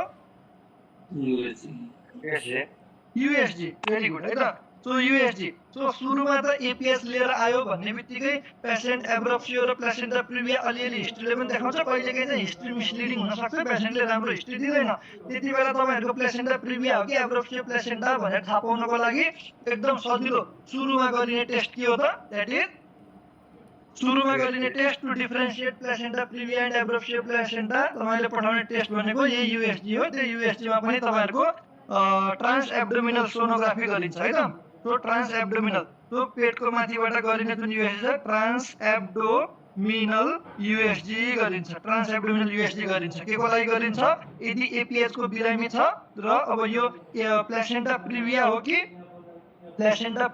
कि एब्रप्सियो हो प्लेसेन्टा प्रिभिया हो कि to differentiate between placenta previa हो कि एब्रप्सियो हो भनेर छुट्याउनको लागि गरिन्छ ट्रान्स एब्डोमिनल युएसजी अब ट्रान्स एब्डोमिनल युएसजी गरिसक्यो त्यो त भयो सुरुमा गरिने टेस्ट सो तपाईहरुलाई क्वेशन के छ त एकदम इम्पोर्टेन्ट हेर्न सुन्नुस् है डाक्टर साहबहरु सो प्लेसेन्टा प्रिभियाको हिस्ट्री बनाएर दिएको छ कजलेस पेनलेस भनेछ अब तपाईहरुलाई त्यही पनि अब भन्यो the test which you will do to differentiate it from abruptio भनेर भन्यो भने चाहिँ त्यति बेला it is trans abdominal USG है त अब तपाईहरुलाई सोध्यो डाइरेक्टली वन लाइनर सोधेछ what is the investigation of choice in placenta प्रिभिया placenta प्रिभियामा इन्भेस्टिगेसन अफ चोइस चाहिँ के हो भनेर सोध्यो भने it is transvaginal USG it is transvaginal USG transvaginal sonography TVS पनि भन्छ ट्रान्सभेजाइनल सोनोग्राफी युएसजी नै हो त्यो चाहिँ इन्भेस्टिगेसन अफ चोइस है यो चाहिँ इन्भेस्टिगेसन अफ चोइस हो केमा प्लेसेन्टा प्रिभियामा त्यस्तै अब तपाईहरुलाई सोध्यो investigation of choice in case of investigation of choice in case of abruptio एब्रप्सियोमा अब तपाईहरुलाई सोध्यो हिस्ट्री बनाएर सोध्यो रे अब सीएसपी मा यही हो हेर्नुस् डाइरेक्ट राइट एन्सर रङ एन्सर भनेर सोध्दैन what will you do next what is the best next approach what is the investigation of choice यसरी भनेर सोध्छ सो एब्रप्सियो को जस्तो हिस्ट्री बनाएर दिएको छ द इन्भेस्टिगेसन अफ चोइस भनेर सोध्यो तपाईहरुलाई अप्सनमा छ एउटा अब हिस्ट्री भन्यो सेकेन्डमा भन्यो इन्भेस्टिगेसन अफ चोइसमा क्लिनिकल भन्यो थर्ड भन्यो टीएएस फोर्थ भन्यो टीबीएस है टीएएस भनेको ट्रान्स एब्डोमिनल टीबीएस भनेको ट्रान्सभेजाइनल सोनोग्राफी दुईटै युएसजी नै हो कहाँबाट गर्छ भन्ने मात्रै फरक हो त्यतिबेला इन्भेस्टिगेसन अफ चोइस इन एब्रप्सियो के हो त इन्भेस्टिगेसन अफ चोइस अफ एब्रप्सियो के हो इट इज क्लिनिकल अप्सनमा छ भने क्लिनिकल छैन सबै इन्भेस्टिगेसनहरु मात्रै दिएको छ भने त्यतिबेला चाहिँ इट इज ट्रान्स एब्डोमिनल है त ठीक छ यहाँसम्म ठीक छ युएसजी कुनको ट्रान्सभेजाइनल युएसजी हाम्रो यो प्लेसेन्टा प्रिभियाको है अहिले म यहाँ लाइन तान्दै छु है सो ट्रान्सभेजाइनल हाम्रो जुन छ ट्रान्सभेजाइनल चाहिँ हाम्रो investigation of choice placenta previa investigation of choice in abruptio is तपाईहरुको क्लिनिकल है मोस्टली क्लिनिकल लाउने है त यदि क्लिनिकल छैन भने बल्ल तपाईको ट्रान्स एब्डोमिनल युएसजी मा जाने छ भनेपछि युएसजी तिर नकुद्ने है त ठीक छ यहाँसम्म डाक्टर साहबहरु ठीक छ अब पेशेन्ट आयो तपाईहरुलाई हिस्ट्री दियो तपाईहरुले एक्जामिन गर्नुभयो तपाईहरुले इन्भेस्टिगेसन पठाउनु भयो युएसजी पठाउनु भयो दुईटैलाई है अब इन्भेस्टिगेसन अफ चोइसको कुरा पनि भयो अब तपाईहरुले के गर्नुपर्छ नेक्स्ट इज हजुर यो इनिसियल इन्भेस्टिगेसन पनि टिएएस हैन इनिसियल इन्भेस्टिगेसन भनेकै टिएस, किनकि यसले प्लेसेन्टा प्रिभिया र एब्रोप्सियो पनि छुट्याउँछ र यसले तपाईँहरूको प्लेसेन्टा प्रिभिया पनि जे होस् देखाउँछ। तर प्लेसेन्टा प्रिभिया सबैभन्दा राम्रो केले देखाउँछ, टिएस र टिबिएस दुइटै छ भने चाहिँ टिबिएस हो है त। इनिसियल पनि गर्ने भनेको युएसजी नै हो है, ठिक छ।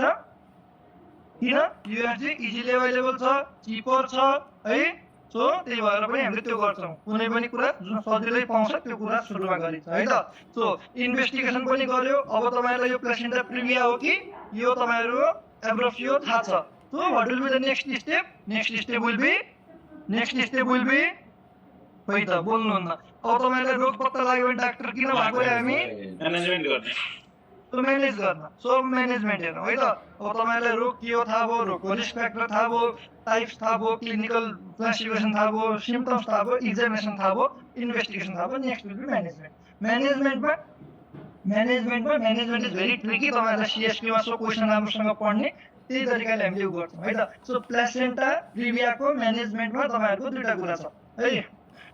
प्लेसेन्टा प्रिभिया, सुरुमा हामी म्यानेजमेन्ट अफ प्लेसेन्टा प्रिभिया हेरौँ। सो ए नम्बरमा म्यानेजमेन्ट अफ प्लेसेन्टा प्रिभिया है, management of placenta प्रिभिया। So placenta प्रिभियाको म्यानेजमेन्टमा तपाईँहरूलाई दुईवटा कुरा थाहा हुनु पर्यो। एउटा, यदि हामीले त्यही बेला बच्चा जन्मायौँ भने that will be active management. एउटा, यदि हामीले बच्चा नजन्माउने, प्रेग्नेन्सीलाई अलि लम्ब्याउने भन्ने जस्तो गर्यौँ भने then that will be expectant management. So placenta प्रिभियाको दुईटा म्यानेजमेन्ट हुँदो रहेछ। के दुईटा हुँदो रहेछ? एउटा, त्यही बेला बच्चा जन्माउने, द्याट विल बी के त active management, that will be active management. So delivery गरौ, एक्टिभ म्यानेजमेन्ट। डेलिभरी नगरौ, बच्चालाई अलिकति म्याच्योर हुन देऊ अनि बल्ल डेलिभरी गरौँला, that will be expectant management. ठिक छ, दुईटा डाक्टरहरू दुईटा management, active management, expectant management. ठिक छ। सो कुन बेला चाहिँ अब हामी एक्टिभ म्यानेजमेन्ट गर्छौँ, कुन बेला एक्सपेक्टेन्ट म्यानेजमेन्ट गर्छौँ, अब यो तपाईँहरूले नै भन्नुहुन्छ है त। अब यदि कुनै पनि फिमेल हिमोडाइनामिकली अनस्टेबल छ, हिमोडाइनामिकल अनस्टेबल भनेको एकदम धेरै ब्लिडिङ भइसक्यो, बिपी एकदम लो छ, एकदम ट्याकिकार्डिया छ भने त्यो बेला तपाईँहरूले के गर्नुहुन्छ होला? ठिक छ, अब बच्चालाई 33 हप्ता भयो, 37 हप्ता पुगेपछि अपरेसन गरेर घर जानुहोस् भन्नुहुन्छ कि त्यही बेला अपरेसन गर्न लानुहुन्छ? भन्नुहोस् त। जो हिमोडाइनामिकली अनस्टेबल बिरामी छ भने के गर्नुहुन्छ? एक्टिभ म्यानेजमेन्ट है। सो किन? अब त्यही बेला हामीले डेलिभरी गराएर आमाको ज्यान बचाउनु पर्यो। सो हिमोडाइनामिकल्ली अनस्टेबल बिरामी छ भने त्यो बेला एक्टिभ म्यानेजमेन्ट। ठिक छ। यदि हिमोडाइनामिकल्ली स्टेबल छ भने कुन म्यानेजमेन्ट अहिलेको लागि है एक एक गर्दै हेर्दैछौँ।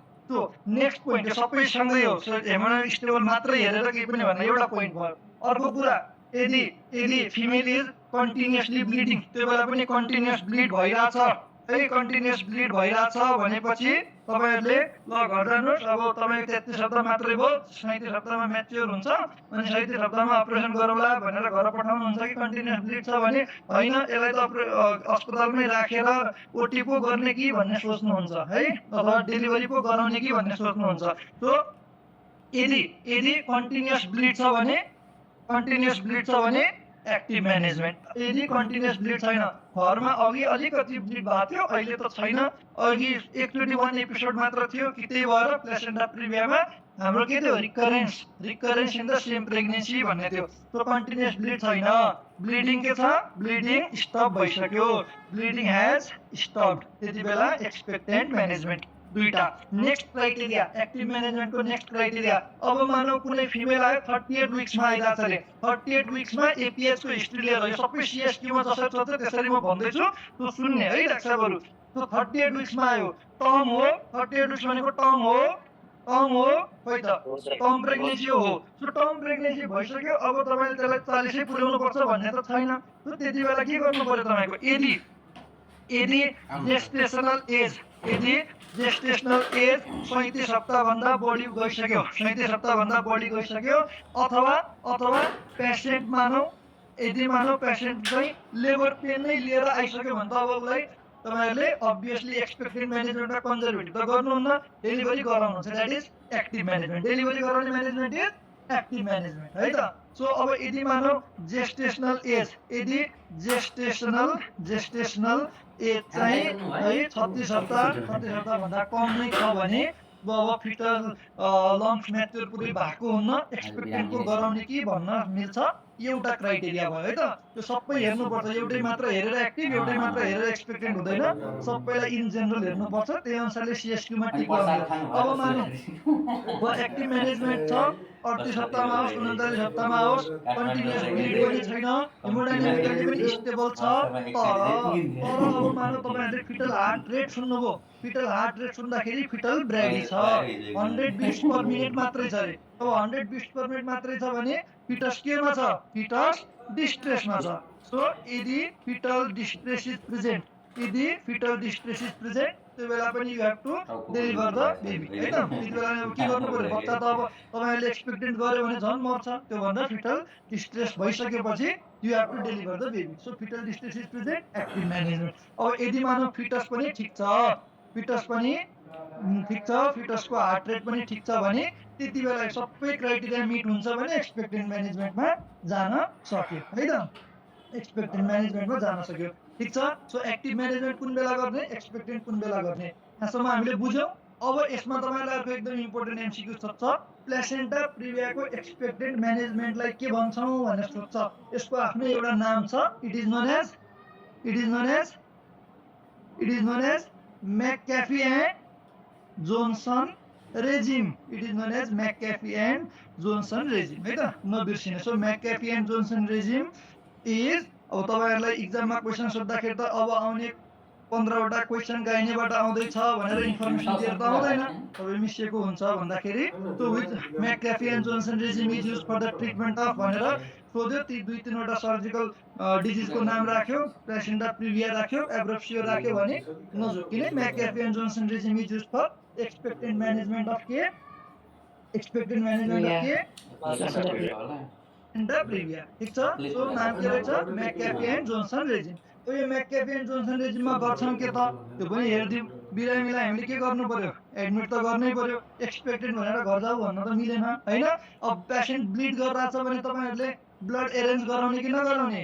गराउनै पर्यो, एकदम सिम्पल कुरा, you have to arrange for blood. So यो तपाईहरुलाई अब कहिलेकाहीँ क्वेशनमा what will be the next step, यो सबै क्राइटेरिया एक्सपेक्टेन्ट गराउन मिल्ने छ भने direct Macafee and Johnson regime त दिँदैन, एडमिट क्रस म्याच गर्ने अनि त्यस्तै तरिकाले पनि दिन सक्छ। सो यदि एडमिट एरेन्ज फर ब्लड है, र सकेसम्म अब यसमा के हुन्छ त भन्दाखेरि तपाईहरुले यसमा दिनुपर्छ है, के दिनु पर्यो? कर्टिकोस्टेरोइड। एउटा स्टेरोइड दिन्छ। किन स्टेरोइड किन दिन्छ? स्टेरोइड किन दिन्छ? मेच्युरिटी होस् बच्चाको। अनि अब तपाईको त्यो भन्दा हामीले एक्सपेक्टेन्ट 37 विक्स पुर्याउन नसके पनि जन्म्यो भने पनि लङ चाहिँ म्याच्योर होस्, त्यसले गर्दाखेरि अरु जुन रेस्पिरेटरी डिस्ट्रेस सिन्ड्रोम पछि गएर के रे हाम्रो सेरेब्रल पल्सी यिनीहरू नहोस् भन्नको लागि चाहिँ हामीले लङ म्याच्योरको लागि कर्टिकोस्टेरोइड दिन्छौँ है त, ठिक छ। सो यति नै हामीले एक्सपेक्टेन्ट म्यानेजमेन्ट अफ प्लेसेन्टा प्रिभियामा एडमिट गर्ने, ब्लडहरू एरेन्ज गराउने, स्टेरोइड दिने, त्यस पछाडि चाहिँ पेसेन्टलाई हामीले क्लोजली अब्जर्भ गर्ने, यो कुराहरु चाहिँ हाम्रो प्लेसेन्टा प्रिभियाको कन्जर्भेटिभ अथवा एक्सपेक्टेन्ट म्यानेजमेन्टमा पर्छ। अब यति पनि भयो। अब हामीले एक्टिभ म्यानेजमेन्टमा त डेलिभरी नै गरायौँ। अब एक्सपेक्टेन्ट म्यानेजमेन्टमा कुनै राखिरहेको बिरामीलाई फेरि ब्लिड हुन थाल्यो, लेबर पेन स्टार्ट भयो भने इमिडिएटली एक्सपेक्टेन्ट म्यानेजमेन्टमा जाने हो है त। सो अब हामी हेरौँ मोड अफ डेलिभरी। अब यो त भयो हाम्रो एक्सपेक्टेन्टको यो हेर्यौँ है त। अब डेलिभरी नै गराउने हो, एक्टिभ म्यानेजमेन्ट नै गराउने हो, अथवा एक्सपेक्टेन्ट म्यानेजमेन्ट 37 विक्समा पुग्यो भने हामीले डेलिभरी त गराउनु पर्यो। सो डेलिभरी गराउँदाखेरि मोड अफ डेलिभरी, हजुर भन्नुहोस् डाक्टर। तर यो 37 विकभन्दा पहिला नै छ अनि फेटल डिस्ट्रेस हो, अब आउँछ मोड अफ डेलिभरी, सबै यसैमा आउँछ, अब आउँछ है। सो अब तपाईहरु के हुन्छ त, फिटल डिस्ट्रेस छ भने मैले अघि नै भनिसकेँ, फिटल डिस्ट्रेस छ भने एक्टिभ म्यानेजमेन्ट है त, आइसक्यो, अघि नै आइसक्यो। एक्टिभ म्यानेजमेन्टको एउटा क्राइटेरिया के थियो? हेमोडायनामिकली अनस्टेबल छ, पेसेन्ट कन्टिन्युअसली ब्लिड गरिरहेछ, जेस्टेसनल एज 37 पुगे ठिक छ, अथवा नपुगे पनि यदि फिटल डिस्ट्रेस प्रेजेन्ट छ, फिटलको हार्ट रेट 100 छ, त्यति मात्रै छ भने त्यति बेला you have to deliver the baby. अब डेलिभर गर्नु पर्यो भने you should know the mode of delivery, कुन मोडबाट हामीले गर्न सकिन्छ भनेर है। सो अब एउटा चाहिँ डिक्टम नै छ, प्लेसेन्टा प्रिभिया छ भने मोस्ट अफ द टाइम त्यो सिएसै हो हुने, तर अब हाम्रो किताबमा के लेखेको छ त्यो अनुसारको म्यानेजमेन्ट हेरौँ। सो मोड अफ डेलिभरी छ यदि माइनर डिग्री अघि हामीले प्लेसेन्टा प्रिभियाको मेजर डिग्री र माइनर डिग्री भनेर पनि दुई टाइपले डिभाइड गरेका थियौँ माइनर डिग्रीमा टाइप 1 र टाइप 2 को एन्टेरियर परिरहेको थियो भने मेजर डिग्रीमा के परिरहेको थियो टाइप 2 को पोस्टेरियर टाइप 3 र टाइप 4 गुड है त सो यदि minor degree of placenta previa छ भने यदि minor degree of placenta previa छ भने minor degree of placenta previa छ भने तपाईहरुले भेजाइनल डेलिभरी ट्राई गर्न मिल्छ तर मैले अघि नै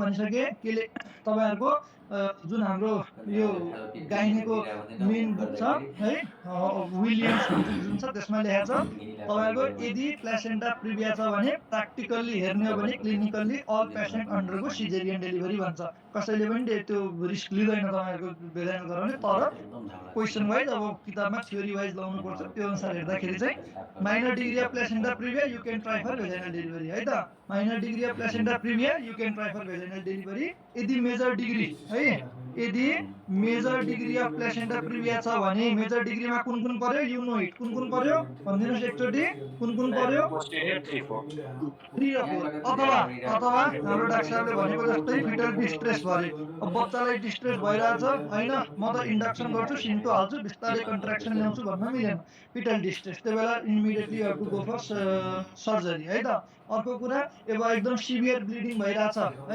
अब 2 लिटर 2.5 लिटरै ब्लिड हुन्छ होला सबै गरुन्जेलसम्म लेभलको प्रोसेस त कति आवर्स लाग्छ हैन you know the all the stages of level त्यो दिनसम्म अब सिभियर ब्लिडिङ भइराछ भने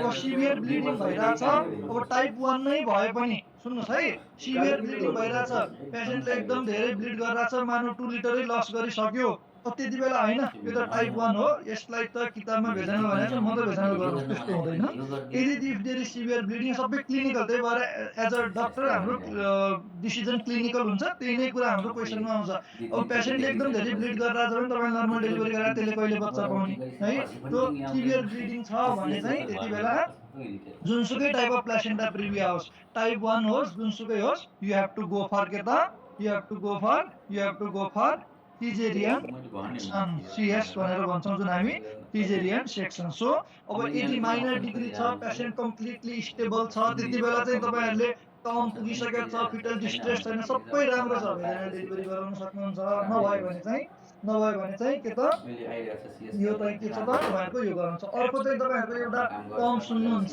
प्लेसेन्टा प्रिभियाको म्यानेजमेन्टमा सुन्ने टर्म हो डबल सेटअप एक्जामिनेसन है डबल सेटअप एक्जामिनेसन त्यो चाहिँ जस्ट थाहा पाइराख्नुस् नाम के हो भनेर कुनमा उ गर्छ भनेर डबल सेट अफ एक्जामिनेसन भनेको के हो त भन्दाखेरि अब प्लेसेन्टा प्रिभियाको कहिलेकाहीँ चाहिँ के हुन्छ त टाइप अफ प्लेसेन्टा प्रिभिया थाहा पाउनको लागि एउटा त युएस डेलिभरी हुन्छ अर्को कहिलेकाहीँ डबल सेटअप एक्जामिनेसनमा चाहिँ ओटीमा लगेर सीएस रेडी हुन्छ केही पर्यो कि म सीएस गर्छु भन्ने रेडी सेटअपमा पिभी एक्जामिनेसन गर्न मिल्छ अब पिभी एक्जामिनेसन गर्न सीएस त्यही बेला अनि ब्लिड हुन थाल्यो कि डाइरेक्ट त्यो सीएसमा कन्भर्ट हुन्छ त्यस्तोलाई चाहिँ हामीले डबल सेटअप एक्जामिनेसन भनेर भन्छौँ है त so double setup examination it is used in case of placenta प्रिभिया है त कुन केसमा कुन कन्डिसनमा डबल सेटअप एक्जामिनेसन हुन्छ भनेर क्वेशन सोध्यो भने इन प्लेसेन्टा प्रिभिया के रहेछ डबल सेटअप भनेको एउटा पिभी एक्जामिनेसन गर्ने सेटअप अर्को त्यही बेला पिभी एक्जामिनेसन गर्दा गर्दै ब्लिड भयो भने लो लाइङ प्लेसेन्टा द प्लेसेन्टा प्रिभियाको केसमा के गर्ने सीएस गर्ने सेटअप सो दुईटा सेटअप रेडी हुन्छ double setup examination in case of placenta प्रिभिया ठीक छ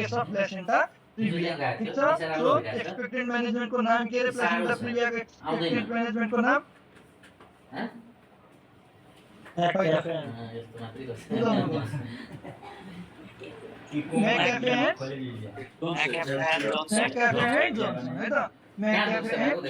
अर्को कुरा चाहिँ अब हेर्नुहोस् यो ब्लिड भइरहेछ मैले यहाँ नभने पनि तपाईँ सबले थाहा पाउनु पर्ने कुरा ब्लिड भइरहेछ भने पनि जहिले पनि सीएस भने पनि यदि जस्तो एउटा अप्सनमा छ सबै सीएस गर्न मिल्ने कन्डिसन राखेर दियो एउटा अप्सनमा छ सीएस अर्को अप्सनमा छ रिससिटेसन अर्को अप्सनमा छ रिससिटेसन प्लस सीएस कुन गर्ने जहिले पनि रिससिटेसन प्लस सीएस हो साइड बाइ साइड रिससिटेसन पनि हुन्छ ब्लड गइरहेछ फ्लुइड गइरहेको थियो भनेपछि उसको लस भएको छ हेमोरेजिक सकमा छ भनेपछि रिससिटेसन पनि सँगै हुन्छ प्लस इमर्जेन्सी सिएस गर्नुपर्ने ठाउँमा इमर्जेन्सी सिएस पनि सँगै हुन्छ है त रिससिटेसन प्लस सिएस सँगै बोथ साइड बाई साइड हुन्छ है त्यो नभने पनि यदि रिससिटेसन र सिएस हुने दुईटै अप्सन छ भने that is the best answer जहिले पनि है त किन ब्लिड भइरहेछ हेमोरेजिक सकमा छ बिरामी भनेपछि रिससिटेसन त गर्नै पर्यो तपाईँहरूले बुझ्नुहुन्छ भनेर नभने मात्रै हो फेरि कुनैमा रिससिटेसन हुँदै पनि रिससिटेसन नभएको सिंगल सिएस विदाउट रिससिटेसन भन्ने अप्सन चाहिँ नलाउने रिससिटेसन एन्ड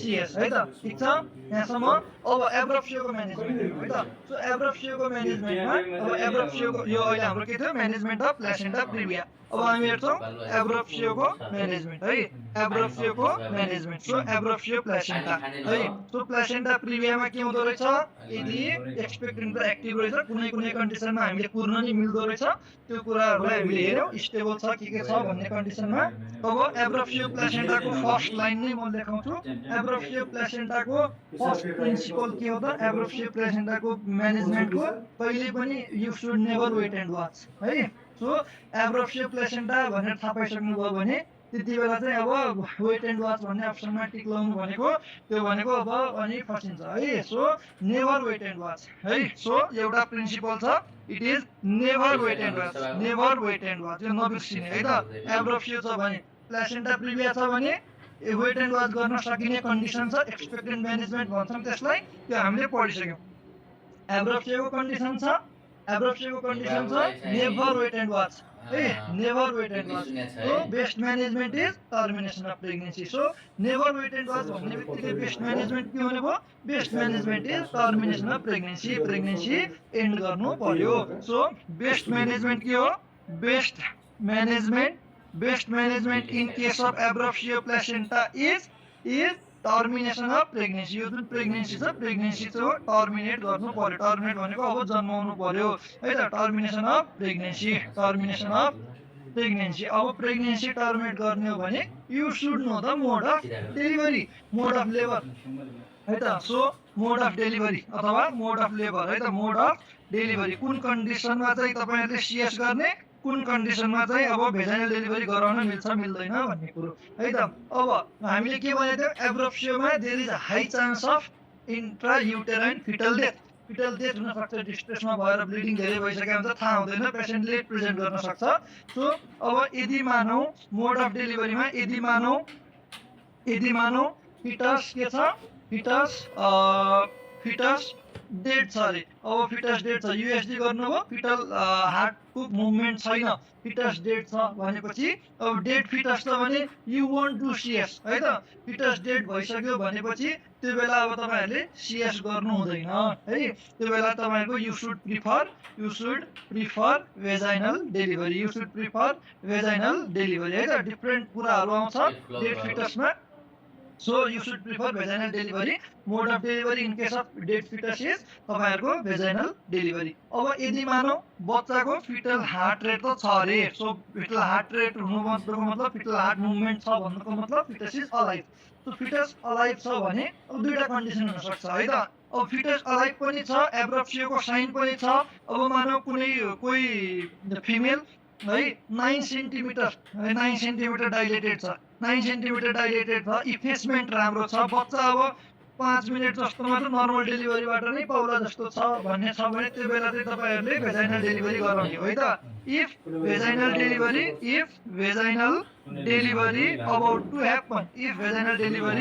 अबाउट टु ह्यापन है त सो भेजाइनल डेलिभरी होला जस्तै छ छिटै हुन्छ भन्ने जस्तो छ भने त्यति बेला you can go for vaginal delivery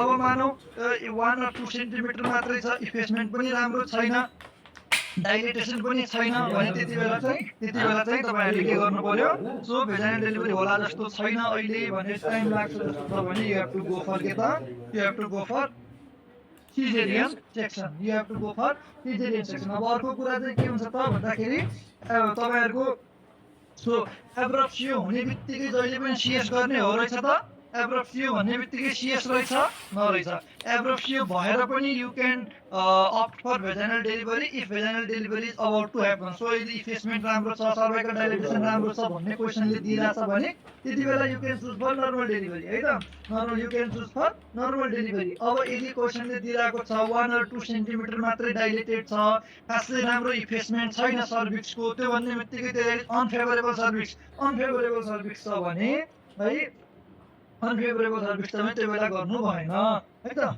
त्यो बेला गर्नु भएन ठिक छ यहाँसम्म मेन कुरा के हो एब्रप्सियोमा कुन बेला सिएस गर्ने मेन कुरा के हो यदि in case of fetal distress है सो यदि बच्चा डिस्ट्रेसमा छ भने इन केस अफ फिटल डिस्ट्रेसमा छ भने चाहिँ जुनसुकै कन्डिसनमा पनि तपाईहरुले एब्रप्सियोको गर्ने के हो सिएस हो so fetal distress so fetal heart rate एकदम कम छ भन्ने जस्तो अप्सनमा दिन्छ भने फिटल हार्ट रेट अब 100 मात्रै छ रे you should know the normal fetal heart rate है त कति हो भनेर तपाईहरुले थाहा हुनुपर्छ सो फिटल हार्ट रेट यदि नर्मल छैन फिटल हार्ट रेट अब तलतिर गइरहेछ ब्राइडी हुँदैछ फिटल ब्राइडी हुँदैछ भने त्यति बेला you won't opt for vaginal delivery त्यति बेला चाहिँ सिएस हो so caesarean delivery in case of एब्रप्सियोको पनि मोस्ट इम्पोर्टेन्ट के हो त फिटल डिस्ट्रेस मोस्ट इम्पोर्टेन्ट के हो फिटल डिस्ट्रेस यदि त्यस्तो छैन भेजाइनल डेलिभरी होला जस्तो छ फिटल सर्भाइकल डाइलेटेसन राम्रो छ सर्भिक्स राम्रो छ भने त्यो बेला you can try for vaginal delivery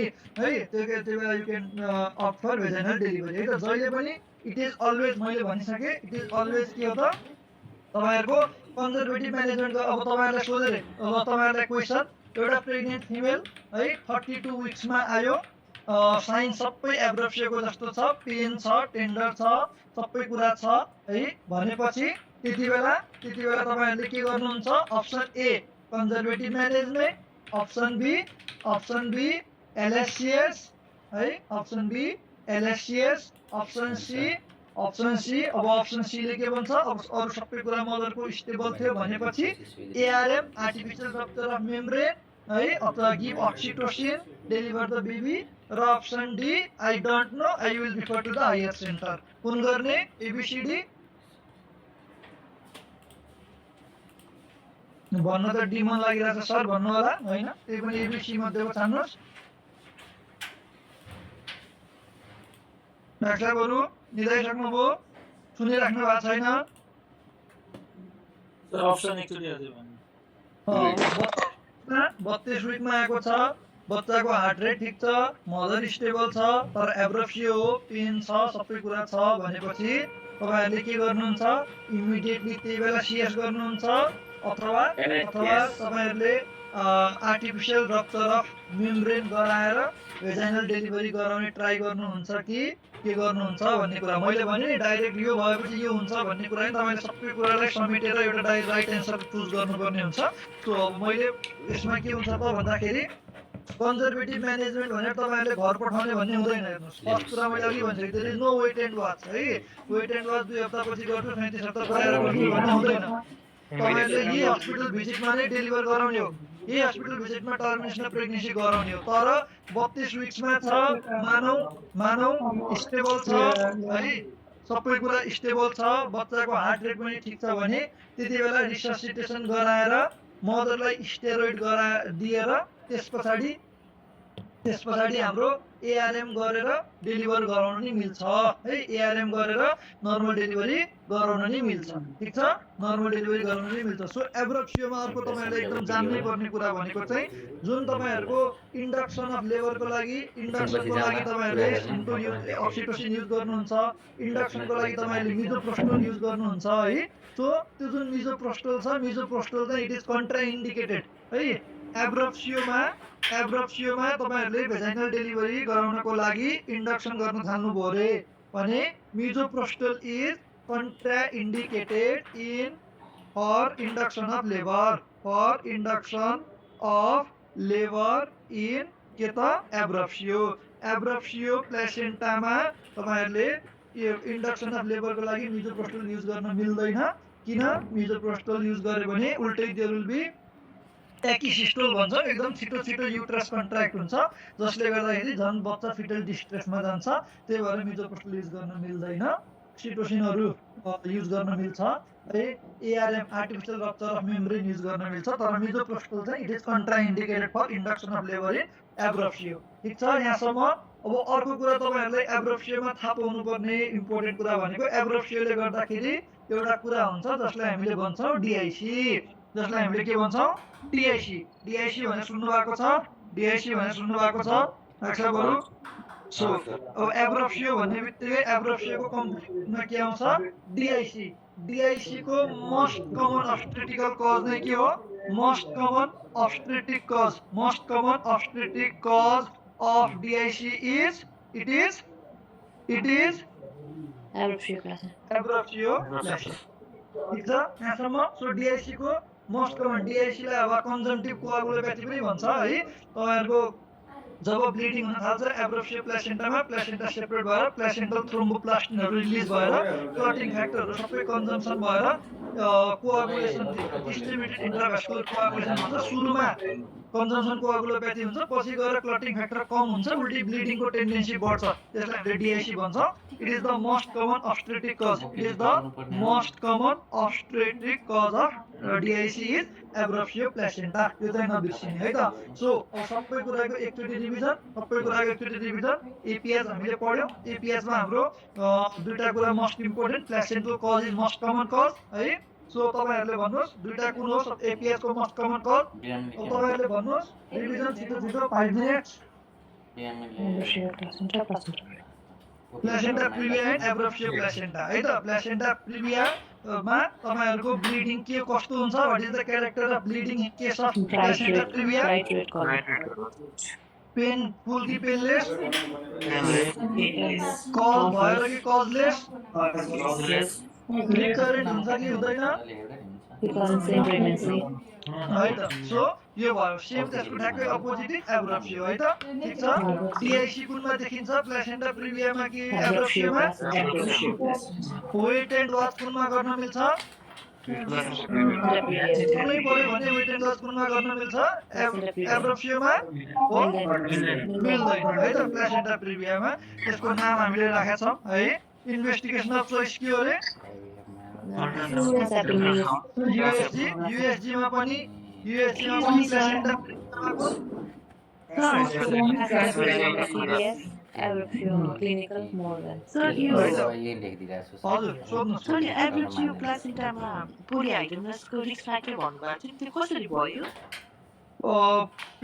पोलिहाइड्रामियसमा जस्तै अब यो मानौ युटेरस हो रे है अब यहाँ तपाईहरु के छ एकदम धेरै फ्लुइड छ एमनियोटिक फ्लुइड भने यहाँ बच्चा खेलिरहेको थियो है अब यो पुरै बच्चाको वरिपरि अब मेम्ब्रेन हुन्छ यो मजाले टाँसिएकै हुन्छ अब जति बेलासम्म फ्लुइड धेरै थियो यो पुरै फ्लुइडले तपाईहरुको यही समवेयर बिट्विन हियर मानौ यहाँ के छ प्लेसेन्टा छ रे टाँसिएको रेड वाला प्लेसेन्टा हो है नाचिरहेको छ यहाँ बच्चा अब जति बेलासम्म एकदम धेरै फ्लुइड थियो है एकदम धेरै फ्लुइड थियो यो मजाले बच्चा यहाँ खेलिरहेको थियो अब मानौ पोलिहाइड्रामियोसिस किन रिस्क फ्याक्टर त भन्दाखेरि अब मेम्ब्रेन रप्चर भयो मेम्ब्रेन रप्चर हुने बित्तिकै यो सबै फ्लुइड के हुन्छ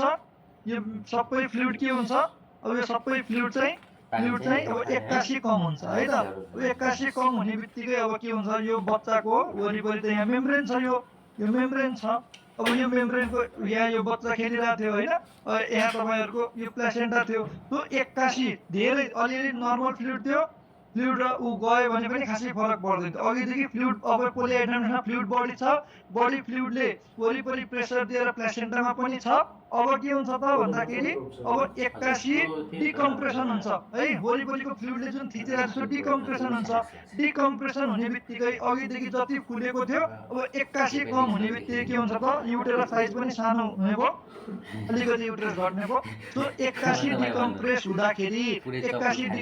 हुँदाखेरि यो चाहिँ तपाईहरुको उल्टै 81 डिकम्प्रेस हुँदाखेरि यो चाहिँ छुट्टिने चान्स बढ्छ र प्लेसेन्टा छुट्टिनलाई नै हामीले के भन्छौं एब्रोप्सियो भनेर भन्छौं है त त्यही भएर सो डिकम्प्रेसन हुन्छ डिकम्प्रेसन सडन डिकम्प्रेसनको कारणले गर्दाखेरि रिस्क फ्याक्टर बढ्छ सबैलाई हुन्छ भन्ने हैन but there will be risk factor it is a very important risk factor है त अर्को कुरा अब हामी के गर्दै डिभिजन गर्दै छौं सो फिटल डिस्ट्रेस प्रेजेन्ट छ भने एब्रोप्सियोमा पनि फिटल डिस्ट्रेस प्रेजेन्ट छ भने सिएस हो। फिटल डिस्ट्रेसमा तपाईँहरूले भेजाइनल डेलिभरी गरेर उल्टै एक्स्ट्रा डिस्ट्रेस थप्ने गर्नुहुन्न। भेरी सिम्पल लजिक है। फिटल डिस्ट्रेस त प्लेसेन्टा प्रिभियामै छ भने पनि प्लेसेन्टा प्रिभियामा फिटल डिस्ट्रेस छ भने एक्टिभ म्यानेजमेन्ट हो। एक्टिभ म्यानेज पनि मैले अघि नै भनिसकेँ। Most of the time placenta previa भनिसकेपछि मैले भनिसकेँ practically all placenta previa will get operated है त, सिजेरियन हुन्छ भनेर भनेको छ। So this is all about APH है। This is all about APH. Most likely म्यानेजमेन्टबाट question सोध्छ। म्यानेजमेन्टमा क्वेसन सोध्यो भने तपाईँले हतार गरेर ऊ कहिले पनि टिक नलाउने। बेस्ट म्यानेजमेन्ट सोध्दैछ, नेक्स्ट म्यानेजमेन्ट सोध्दैछ, ठ्याक्कै exactly immediately what will you do next सोध्दैछ है। यो सबै कुराले चाहिँ डिफरेन्स पार्छ है। अब तपाईँहरूलाई क्वेसन सोध्यो रिसर्च, जस्तै मैले अघि पनि भने सिएसै गर्ने क्वेसनमा पनि एउटा अप्सन सिएस छ, अर्को अप्सन चाहिँ रिससिटेसन प्लस सिएस छ है त। अर्को अप्सन चाहिँ रिससिटेसन प्लस सिएस छ भने जहिले पनि सिएस भन्दा रिससिटेसन प्लस सिएस इज मोर एप्रोप्रिएट। किन? ब्लिडिङ हो, रिससिटेसन त अभियसली गर्नै पर्छ है। भने पनि नभने पनि यहाँ लेखाए पनि नलेखाए पनि यहाँ लेखाएको इपिएच को अब्स्टेटिक म्यानेजमेन्ट मात्रै लेखाएको, तर फेरि पनि भन्दैछु हेमोरेज हो, हेमोरेजिक सक हो भनेपछि रिससिटेसन साइड बाई साइड नै जान्छ दुईटै कन्डिसनमा है त। ठिक छ डाक्टरहरु, यहाँसम्म गुड। के छ क्वेसन सोध्नु छ भने क्वेसन यो छ कि अब बेबीको चाहिँ टेस्टेस्नल विक भनेको 37 भन्दा तल छ अनि कन्टिन्युअस ब्लिडिङ छ भने त्यसमा के हामी एक्टिभ म्यानेजमेन्ट गर्ने कि एक्सपेक्टेड गर्नु? 37 विक्स भन्दा बढी छ, 37 विक्स भन्दा कम छ है। 37 विक्स भन्दा कम छ भने प्लेसेन्टा प्रिभिया कि एब्रोप्सियो भन्ने कुरा हेर्नु पर्यो है। सो अब यी 37 विक्स भन्दा कम छ भने पनि फिटल डिस्ट्रेसमा छ, कन्टिन्युअस ब्लिडिङ भइरहेछ। जस्तै प्लेसेन्टा प्रिभियाकै केसमा पनि कन्टिन्युअस ब्लिडिङ भइरहेछ, 37 विक्स नपुगे पनि कन्टिन्युअस ब्लिड भइरहेछ भने तपाईहरुले कहिले पनि मदरको लाइफलाई रिस्कमा राखेर एक्सपेक्टेड म्यानेजमेन्टमा जानु हुँदैन प्लेसेन्टा प्रिभियामा है त। यो एक्सपेक्टेड म्यानेजमेन्ट, यहाँ जुन हामीले एक्सपेक्टेड म्यानेजमेन्ट भनेर लेखेका छौँ प्लेसेन्टा प्रिभियाको, यसमा यहाँ माथि एउटा अर्को कुरा चाहिँ कहिले पनि नबिर्सिनुहोस्, you should never put the mother's life at risk है त। मदर्स लाइफ चाहिँ रिस्कमा राखेर होइन। सो ब्लिडिङको पनि कति छ के छ भन्ने कुरा जहिले पनि पेसेन्टको भाइटल्स दिएको हुन्छ। भाइटल्सले देखाउने भनेको यही कुरा हो। सो भाइटल्स स्टेबल छ भने पेसेन्टको मदर्सको लाइफ रिस्कमा छैन भन्ने कुरा देखाउँछ। त्यो क्वेसन पुरै पढेर तपाईँहरूले क्लिनिकली जज गर्ने है त। कन्टिन्युअस ब्लिड भनिरहेछ भन्नुको मतलब इट इज मदरको लाइफ रिस्कमा छ भन्ने कुरा देखाउँछ कि त्यो क्वेसनले चाहिँ कन्टिन्युअस ब्लिड भन्नुको मतलब mother's life is at risk भन्ने मात्र देखाउँछ। त्यसको फर्दर पछाडि भाइटल्स दिएको छ, भाइटल सबै स्टेबल छ, बिपी नर्मल छ, सबै छ भने अनि त्यसपछि अरू कुनै टर्महरू त्यस्तो दिएको छ भने त्यति बेला एन्सर चेन्ज हुन सक्छ फेरि है त। मैले भन्दैछु जहिले पनि एउटै टर्मले तपाईँले टिक लाउने होइन, ओभरअल सबै बिरामी हेर्ने, कन्डिसन ठिक छ उ गर्ने। नभए नर्मल्ली कन्टिन्युअस ब्लिडिङ छ भने अहिले अलिक कम ब्लिड भए पनि एकछिनमा बढी ब्लिड हुन सक्छ, त्यति बेला एक्टिभ म्यानेजमेन्ट नै मोर हो है। सो थोरै ब्लिडिङ छ, पूर्ण मिल्छ, स्टेरोइड दिनु, लङ म्याच्योर हुन्छ अनि डेलिभरी गराउनु। पूर्ण मिल्दैन डेलिभरी गराउने, मदरको लाइफलाई रिस्कमा राख्न मिल्दैन है। Thank you. अरू उसको के भन्छ फोलिक एसिडको बारेमा भनिदिनु। यो यस्तो फोलिक एसिड डेफिसिएन्सीको तपाईँहरूको बच्चाको लागि न्युरल ट्युब डिफेक्टमा के हुन्छ त्यो सबै कुरा न्युरल ट्युब डिफेक्ट त्यो भन्ने कुरा त आउँछ नै पछि पनि है। यसमा चाहिँ अब तपाईँहरू कहिलेकाहीँ के सोध्छ, which of the following is not a risk factor for abruptio, which of the following is not a risk factor for placenta previa. Risk फ्याक्टरमा जति मजाले हामीले पोलिहाइड्रोनियस ट्विन प्रेग्नेन्सीहरूलाई डिस्क्राइब गर्न सक्छौँ त्यति मजाले चाहिँ फोलिक एसिड डेफिसिएन्सीले किन एब्रोप्सियो हुन्छ त भन्ने कुरा चाहिँ त्यसको पछाडिको रिजन छँदा पनि छैन, ठ्याक्क थाहा पाएको पनि छैन। तर देखिएको के छ त भन्दाखेरि फोलिक एसिड डेफिसिएन्सी भएको मदरमा अथवा न्युरल ट्युब डिफेक्ट देखिएको बच्चाहरूमा चाहिँ एब्रोप्सियो प्लेसेन्टाको चान्स पनि हाई देखियो। त्यही भएर folic acid deficiency is also one of the important risk factor for abruptio placenta. त्यति मात्रै हो है त, ठिक छ, एब्रोप्सियोको लागि मात्रै है। ठिक छ डाक्टरहरु, बुझियो ल है त। के छ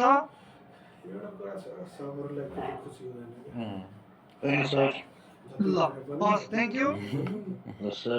thank you sir good night. यिनीहरूले अलि डक्टरलाई हेप्न पनि जानिसक्यो कि एउटा छोएर जान्छ अर्को आइहाल्छ अनि त्यहाँबाट चाहिँ यिनीहरूले भइसक्यो भित्र